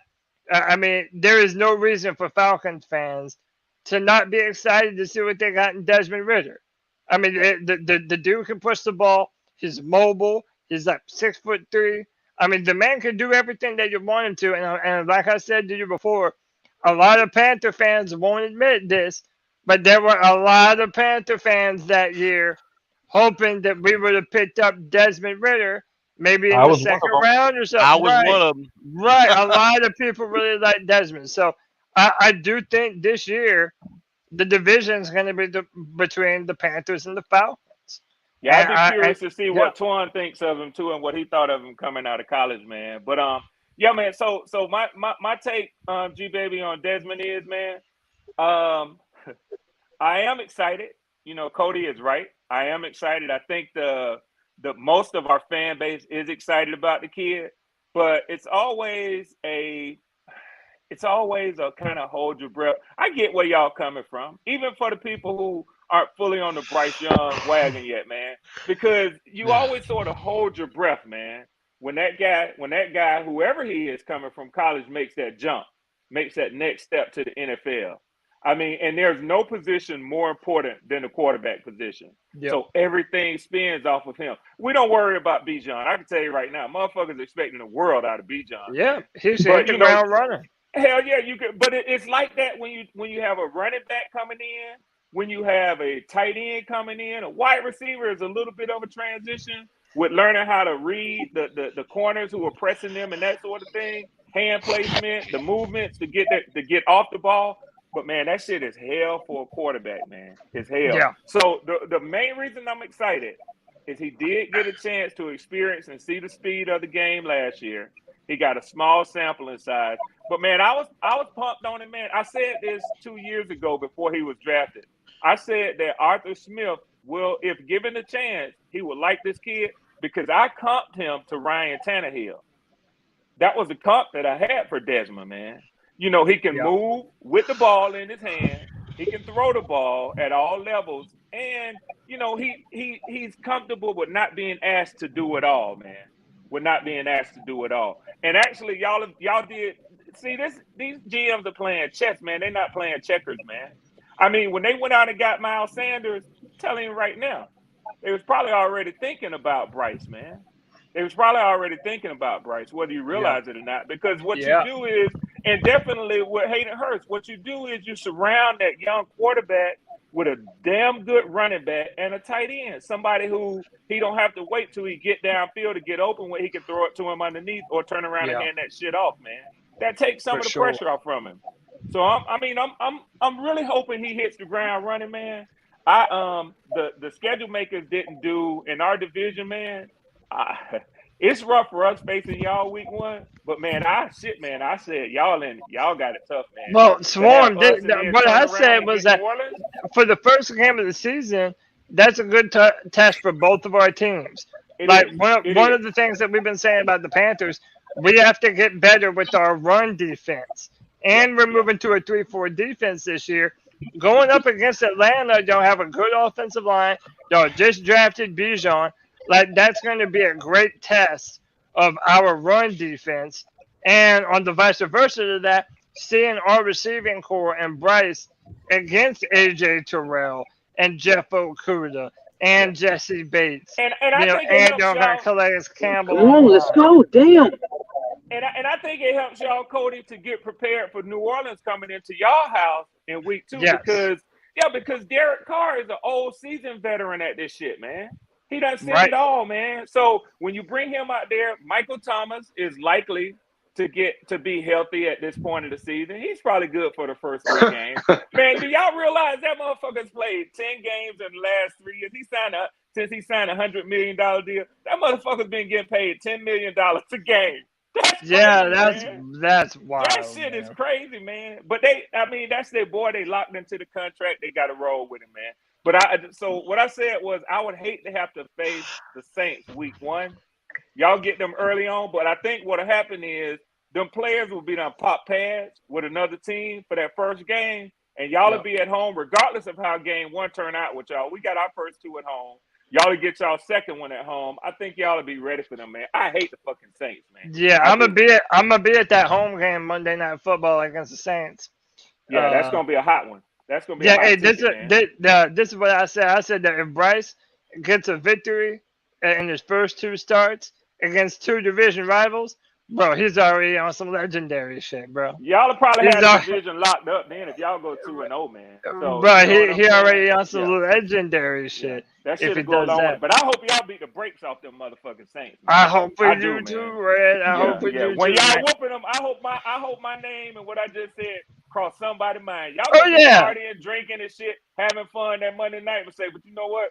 Boy, Brett Swan wanted us to beat the brakes off these motherfuckers. Yo, Swan, before the season comes gets going, you gotta come back on, bro. Especially before we play Atlanta, man. Thank you, man. No, man, come on every week. Shit, I like that. Hey, we love high level football analysis. So you're welcome here, bro. That's what's up. And Twan, I understand what you're doing. Ain't no hard feelings, man. Like I said, I support 704, man. I'm in the chats always listening, man. Y'all have and understand why I do it. And I've said this on many of the Falcons podcasts. Y'all got to get your shit up, man. When somebody's got 10 years in the game, like CP3 Panthers Podcast, man, and I know Twan do the same thing. Motherfuckers follow y'all because y'all do it right, man. So I tell them, man, go over there and watch them guys, man. Watch what the fuck they're doing. You ain't got to try to recreate the wheel, man. Just take it from somebody who's been doing it right and learn a lesson, man. So y'all do it the right way, man. That's why I follow y'all. Great content. Appreciate y'all having me on. Enjoyed talking with y'all, man. One love. Yo, shout out to Red Swarm. We appreciate you, brother. Anytime. Hey, do you have a YouTube channel? I do not, man. But Wolf has been talking to me about some stuff, man. So, yeah, man. You need to get on there, man. Yeah, there's no reason for you to not, man. You know, you have you and Wolf actually need to team up a little bit and do a podcast. That would be man. That would be on fire out there, boys. Yeah, for sure. Yeah. I like that guy, man. I like that guy. Yeah, man. Who knows? We'll see what the future holds, man. I appreciate that vote of confidence too, fellas. Yeah, man. And Red, do the homie. You're a fan of C3. We're a fan of yours. And anytime, brother. One love. One love. Appreciate you, man. Hey, I want to welcome some more people to the show. We got my man TJ rocking that hot Steve Smith in the background. What up, TJ? Yo, what's up, y'all? What up, bro? For a while, called in a couple of times, but hell yeah, cool to join y'all. I got the kids in bed and shit. I appreciate you, man. Going up, big step, jumping online first time. Yeah, man. And let me also welcome Daniel to the show. Daniel, what's up, brother? Daniel, you there? Hey, how you guys doing? Doing good, man. How you feeling? Oh man, I'm doing. Man, I try to get on here every chance I get, but man, between my baby and now going on vacation this week, it's just hectic. So I'm driving. It's all good, man. Hey, C3 Friday Free for All is here for y'all. We're here for y'all whenever you get the opportunity to come and talk Panthers, man. So let me go to TJ first. We talked about a number of different things. You can bring up whatever you want to, but just as a starter, I'll ask, what are your feelings about Bryce Young this season, man? Are you excited like everyone else? Are you trying to temper your expectations as far as what he'll do? How you feeling, man? Yes and yes. I'm excited. You know, I was down for CJ. You know, I really wanted CJ Stroud at first just because I don't really watch football like that, you know. And I don't know, man. I was really down for CJ, but once we drafted Bryce, I mean, hearing the kid, you know, I don't see why he couldn't be better. I mean, he has the mentality to take us to the next level, I feel like. And I mean, that's what everybody's saying. It's the same point that goes around to me. But at the same time, I'm also tempering my expectations because you never know. Nobody knows shit when it comes to quarterbacks in their first year in the league. But going back, now that I know what I know and having heard his interviews and, you know, actually listened to the guy and all that, I'm happy with Bryce, you know. Like, I think we made the right decision for what we had. And I also think that we had to pick a quarterback. Yeah. So, and, you know, I agree. I mean, I was in the chat for the draft a couple years ago, and I was all disappointed we didn't get Justin Fields just because, as a desperation move, because we needed one. And so I just got to be happy with Bryce, man.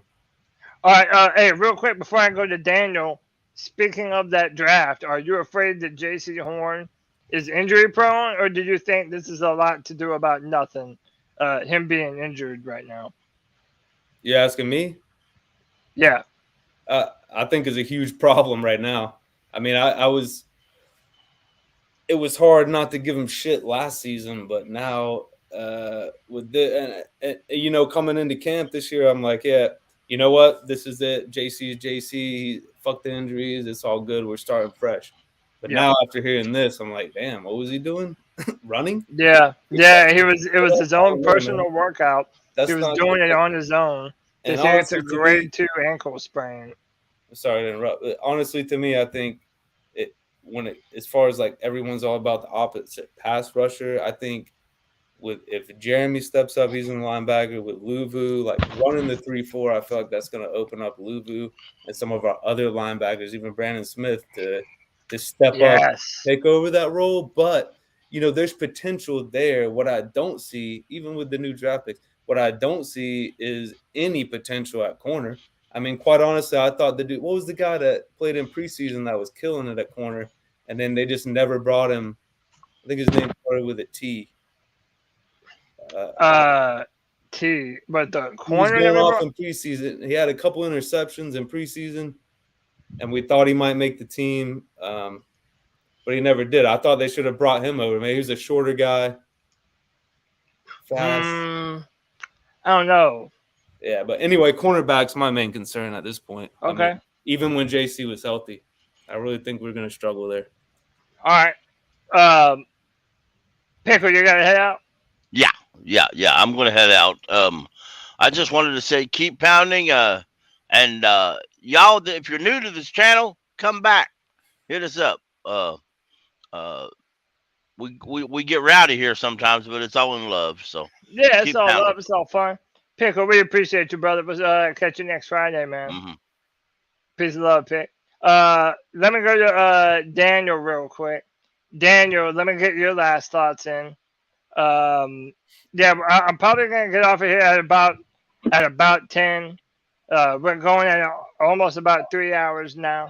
I appreciate everybody for joining and being a part of the show. Daniel, let me get you in on this, bro. What are your expectations about Bryce? Are you worried about Jaycee Horn? Kind of all those two different things, man. Well, I'll start with Jaycee Horn, and yeah, I am worried, very worried. I mean, it seems that he just can't stay healthy, and it's a problem, because between him and Dante Jackson, I don't know, it worries me, and apart from them two, we have nobody. So it's just it's worrisome, like if he goes down and then Dante may go down again, that would be our season down the gutter. So yeah, we'll just have to see what happens with that. Hopefully he stays healthy. But about Bryce, I was on the CJ Stroud train too as well, because I was just worried about his size. That was it. Mm-hmm. But I've always gone on the mental side for Bryce, and just his calmness and the way that he's able to manipulate the game, and just with that mental, he's got a way to kill the game with his mind. So he's cerebral. Yeah, exactly. That's the word I was looking for. So yeah, man. That I think he'll do great. I really will. He's picking it up quick, and I think he'll be fine. I think he will do real well. I'm just hoping that our defense holds up and helps him as well. Yeah, man. I think everybody's starting to worry about Jaycee Horn. I don't know if it's time to panic. But I do think that it is concerning. Like just about every training camp now, he's had some form of nagging injury. I'm not gonna freak out about it, but yeah, it's not the greatest. I mean, no one can deny that. D's, did I ever get your opinion on JC? Talk to me about JC, D's. Are you worried about this injury, or do you think this is just an isolated incident? Man, I don't. The Panthers know that JC is a star of this defense. He's a pivotal building block to what we're trying to do. They honestly may just be letting the guy rest. I really feel like some of the injuries that are reported and these guys sit, I don't think they're as serious as what they're made out to be. I think they're just letting the guys rest, because you got the NFLPA. They got these rules where these guys can't even hit late in the season, or there's so many practices where they can actually wear pads and hit each other. I think some of it's just overblown. I really do, Cody. I don't think it's a big deal. I think JC is going to be fine. I mean, I hope. When he went down his rookie year, that's when I was like, oh, here we go. Because how many times have we seen a rookie under a high pick, under a good contract, go down and then never really develop? But that's not really what JC did. JC did go down his rookie year, but he was able to make a strong comeback last year, even though he had a broken wrist. I mean, he got nailed right in the arm with a helmet. Yeah. So it makes sense that he was out. I mean, and they said if we had made the playoffs, he would have played anyway. They would have put him in there. Then that's when they're really putting his health at risk. They're not risking anything. They're just resting that guy. It's a long season. Yeah, I agree, man. I'm not gonna freak out about it. They're saying he'll be prepared for training camp, and to me, that's the most important thing. As long as you're able to get reps when it matters the most, when we're preparing for the season. Yeah, that's the most important thing to me, man. And as long as he'll be available for that, then, yeah, I'm going to choose not to freak out about it. Absolutely. I saw JC at training camp last year, and he wasn't doing anything too special, man. I mean, he broke a sweat, but he wasn't going 100%. There's no doubt in my mind. Right. Yeah, man, I'm just, like my man, Rock Jones says he's in a walking boot. I just pray for his health. That's all you can do, man. Just hope that these guys stay healthy and stay loose, and that they have a prosperous training camp where they're ready to go for that season opener against the Falcons, man. Dude, we have so much good football out in front of us. I'm so pumped to be doing it with C3 Panther Nation. You know I appreciate you guys. TJ, you have any final words for the show? Hey, you're on mute, brother. Nah, I just thought I picked the wrong night to join, man. I was hoping you guys would go to midnight tonight. Anyway, we know they go around. Hey, during the season, we'll definitely be doing some longer shows. That's for sure, man. Yeah, for sure. I'll have to hop on next week with y'all. I'm stoked to be here. Thanks for having me. And I love it because, the news these days, especially any kind of major news outlet, even small town sports or Charlotte, whatever, it's just the same old bullshit. They overblow this and that. You can't believe anything you hear. It's just good to have. And that's why I found C3 the first time. It's like, I want some, what's the real news that's going on? Yeah. And I'm always watching YouTube. I'm like, there's got to be, and I can't believe I didn't think of it before. Why don't I search Panthers on YouTube? A few years ago, it took me that long, and when I did, I'm glad I did. So hell yeah, man, we're happy to have you. Me too, brother. We're happy to have you a part of the C3 Army, man. I mean, we do this. We try and make it over here at C3 where fans feel like they have a voice that can be heard, whether it be on Tuesday night, definitely here on the Friday Free For All. We want this pod to be for Panther fans by Panther fans. So as long as we're providing that platform to people, we're doing something right, man. I appreciate you coming on the show, and we look forward to having you on a bunch more, man. This next man, yes, sir. He is the brand ambassador of the C3 Panthers podcast. He's already become a very good friend of mine. You know I love you, Don. Tell him, thank you, brother. Give us your final words for the show, man. A couple of things that stand out in my mind from the conversation tonight. One was brought up by the Red Swarm. He talked about how Bryce Young would get penalty flags. If we look back to week 1 versus the Browns, Baker took that hit in the end zone, and it wasn't vicious at all, but it was a major flag in that game that kept our drive alive and gave us the opportunity to come back in that game. And I believe that flag was thrown because Baker was a number 1 overall draft pick, just like Bryce Young. But that's years removed, and he still got that flag.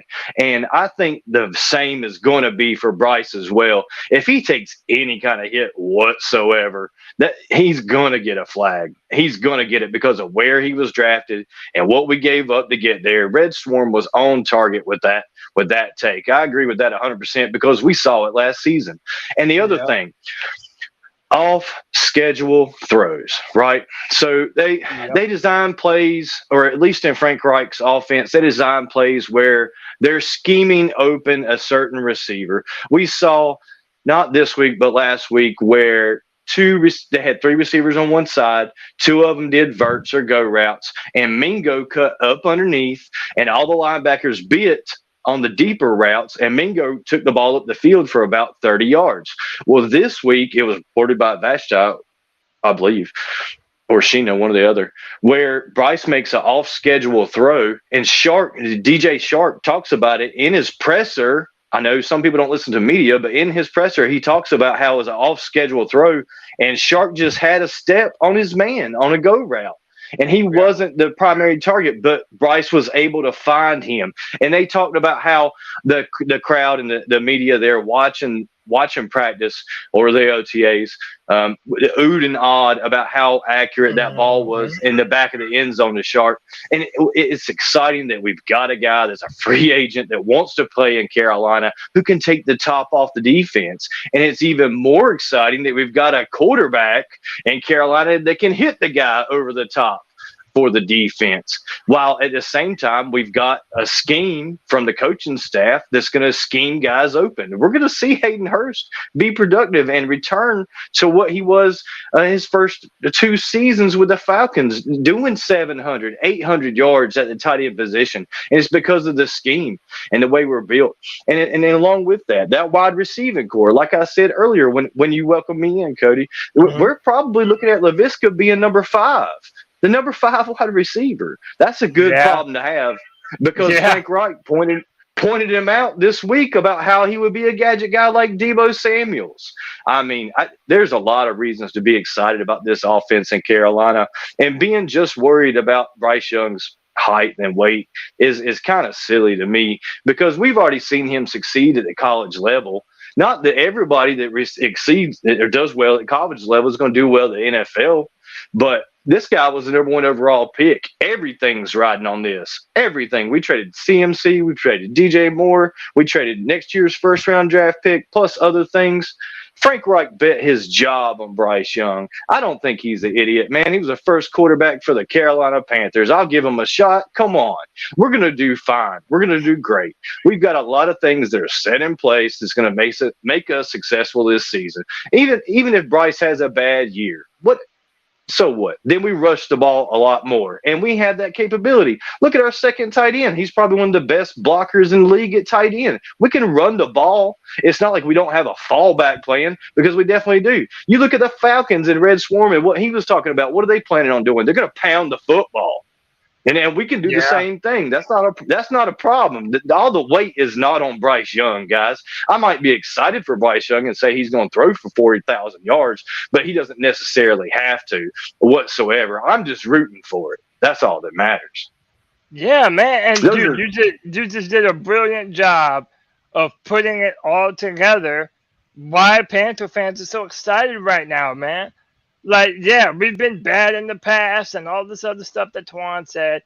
But at the end of the day, when you look at all of the different pieces that we've added on offense, on defense, the coaching staff, even if we don't have a Super Bowl winning season, there is no reason for Panther fans not to feel like we should be expecting a market upgrade over what the Panthers have been looking at for the past 3 years in a row since Matt Rule was here, man. It's just everything is in a better position. Everything, man. Yeah, go ahead. Even the media is more excited. You can hear it in their post when they're reporting on the Panthers. They're absolutely thrilled for what we've got going on this year. You can see it in the short clips in the practices. We look more professional. Look at what Tommy, y'all touched on it earlier about what Tommy Tremble said earlier this week. Right. But and also as well, it was Washington. Washington came from Denver, right? Or Williams. I'm sorry. I meant to say Williams. Williams came from Denver, and now he said this year, this is special here, and we're building something special. And that's the second player this week to come out and have a testimony about what's going on within the Panthers this season. If you don't believe the players themselves, I don't know what to tell you. And you know what? The last thing to top that off, Don, when going back to that 2015 season, so many of the players in that locker room said that it was special, that there was something special about that football team and what they were doing that year. And you've already heard Adam Thielen talk about it. More and more players are talking about this special thing that the Panthers have going right now, man. Dude, I'm pumped. You've got to believe in it. You've got to believe in it. Look at how Wilkes turned around a poor roster and a poor coaching staff. We cut everybody. We got rid of CMC. How did Wilkes turn that around? He turned that around because the players believed in him. And it's the same thing now with Frank Reich. They've got to believe in the system and the plays that they're going out to run. If the guys are sitting in the locker room with their headphones in, not even listening to what the coach has to say because the coach doesn't offer anything valuable to say, well, then of course we're not going to win. But if the coach, imagine with the rookies when they see the quality, the first year in the NFL last year, when they see the quality of the new coaches, they're just that respect they have for them is just going to make them want to play even harder, and they're finally going to realize, I'm learning shit that I never even heard of before. And I really expect and I hope that Tommy Tremble is going to have a breakout season this year. Yeah, that's what I really want to see, and I really want to see. And I've never been a fan of Chuba Hubbard. I know Cody. Everybody hates Chuba for whatever reason. Running back that can't catch is worthless to me. I mean, I just really Mike Tolbert could catch 10 times better than him. But I really want to see. I'll give him a chance. If he's going to be on the roster as number 2, I got to see a big improvement from that guy. And if anyone can do it, he can. I believe that. Absolutely. If I'm sitting in the locker room and I got my headphones in and I'm not listening to the coach, am I being a professional? No. But if I'm locked in and engaged to what the coach is saying, along with the other veterans around me, and repeating things to the news or to the media that the veterans are saying to me, that means I'm locked in, I'm paying attention, and I'm being professional. There's a big difference between these two programs, guys. Yeah. I played this earlier. I'm gonna play it one more time before we get out of here, just so that everybody can get pumped on what the Panthers video team is doing, but also it encapsulates everything that my man Deez was talking about. With the amount of players that we have on this team right now, and what we have going on. So let's play it. I think every coach and every player always feels like there's unfinished business. That saying, keep pounding, it affects anything in life. Keep going. Don't stop, never quit. Because you never know, could be on the other side of that tunnel. You went undrafted? Yeah. Mindset. What year is this for you? 11. Had to be a mindset. Yeah. Just think about how many guys they drafted to take your position. That's what you do it for. You do it for your family. So we did this. If that's our conviction, guys, we have to do it there. Yeah. This is what we need to do. Going up and giving up what we gave up, it's an aggressive move. That's our philosophy. We're aggressive. He didn't blink. He caught the ball and made the read at the same time. Somebody's got to run the show out there now. Come on. You crying already? Deuce is not even keeled. Fired. I want to come in and dominate. I want my presence to be felt. That's a wrap. Said you like bingo a little bit? Yeah. Time to work. All right, guys, make the trade. Congratulations on becoming a Carolina Panther.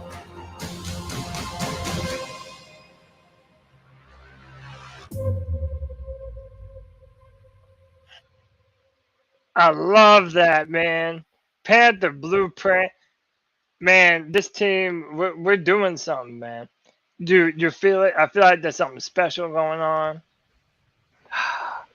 It's a good time to be a Panthers fan. Speaking of blueprint, I'm stoked about changing the blue back to what it should be. Yeah. It's hot. I like it. No processed blue. Yes, sir. Yes, sir. Yeah, even if we win 7 or 8 games, we're miles ahead of where we were last year. I think. Even if we don't, we encounter some injuries that slow us down. I still would not be discouraged for next year. Not at all. No, us retaining that coaching staff and that defensive coordinator, big deal. And yeah, I'll also say this too: we don't have to win everything this year. Like this is the literal start of something brand new for Carolina. So I would say be excited, man. Be excited. And even if you set your expectations high, I'm not going to tell you not to, man. I think your expectations should be high. I think everyone that takes a quarterback number 1 should expect that quarterback to come out and ball out. And a brand new coaching staff that has 11 Super Bowl rings amongst them. Like, come on. We have not had this type of energy going throughout the team and the fan base for a long, long time. So, gentlemen. Never had an offensive head coach either. This year, I'm keeping my expectations big time. But I don't see how you can, no matter how you look at it, which way around, and I can be negative quite a bit about this team, trust me, given what we've been through. But I don't see how you can look at going from last year to this year and we not be better. I mean, at least 5 games better. I don't see that at all. Same. Well, I'm pumped. You're pumped. Deez is pumped. Panther Nation is pumped. C3 Army stays pumped. That's what we do, man. C3 Panthers Podcast. This has been the Friday free-for-all, the show for the fans, by the fans. Don't be shy now. I know a lot of y'all, are hesitant about coming on sometimes.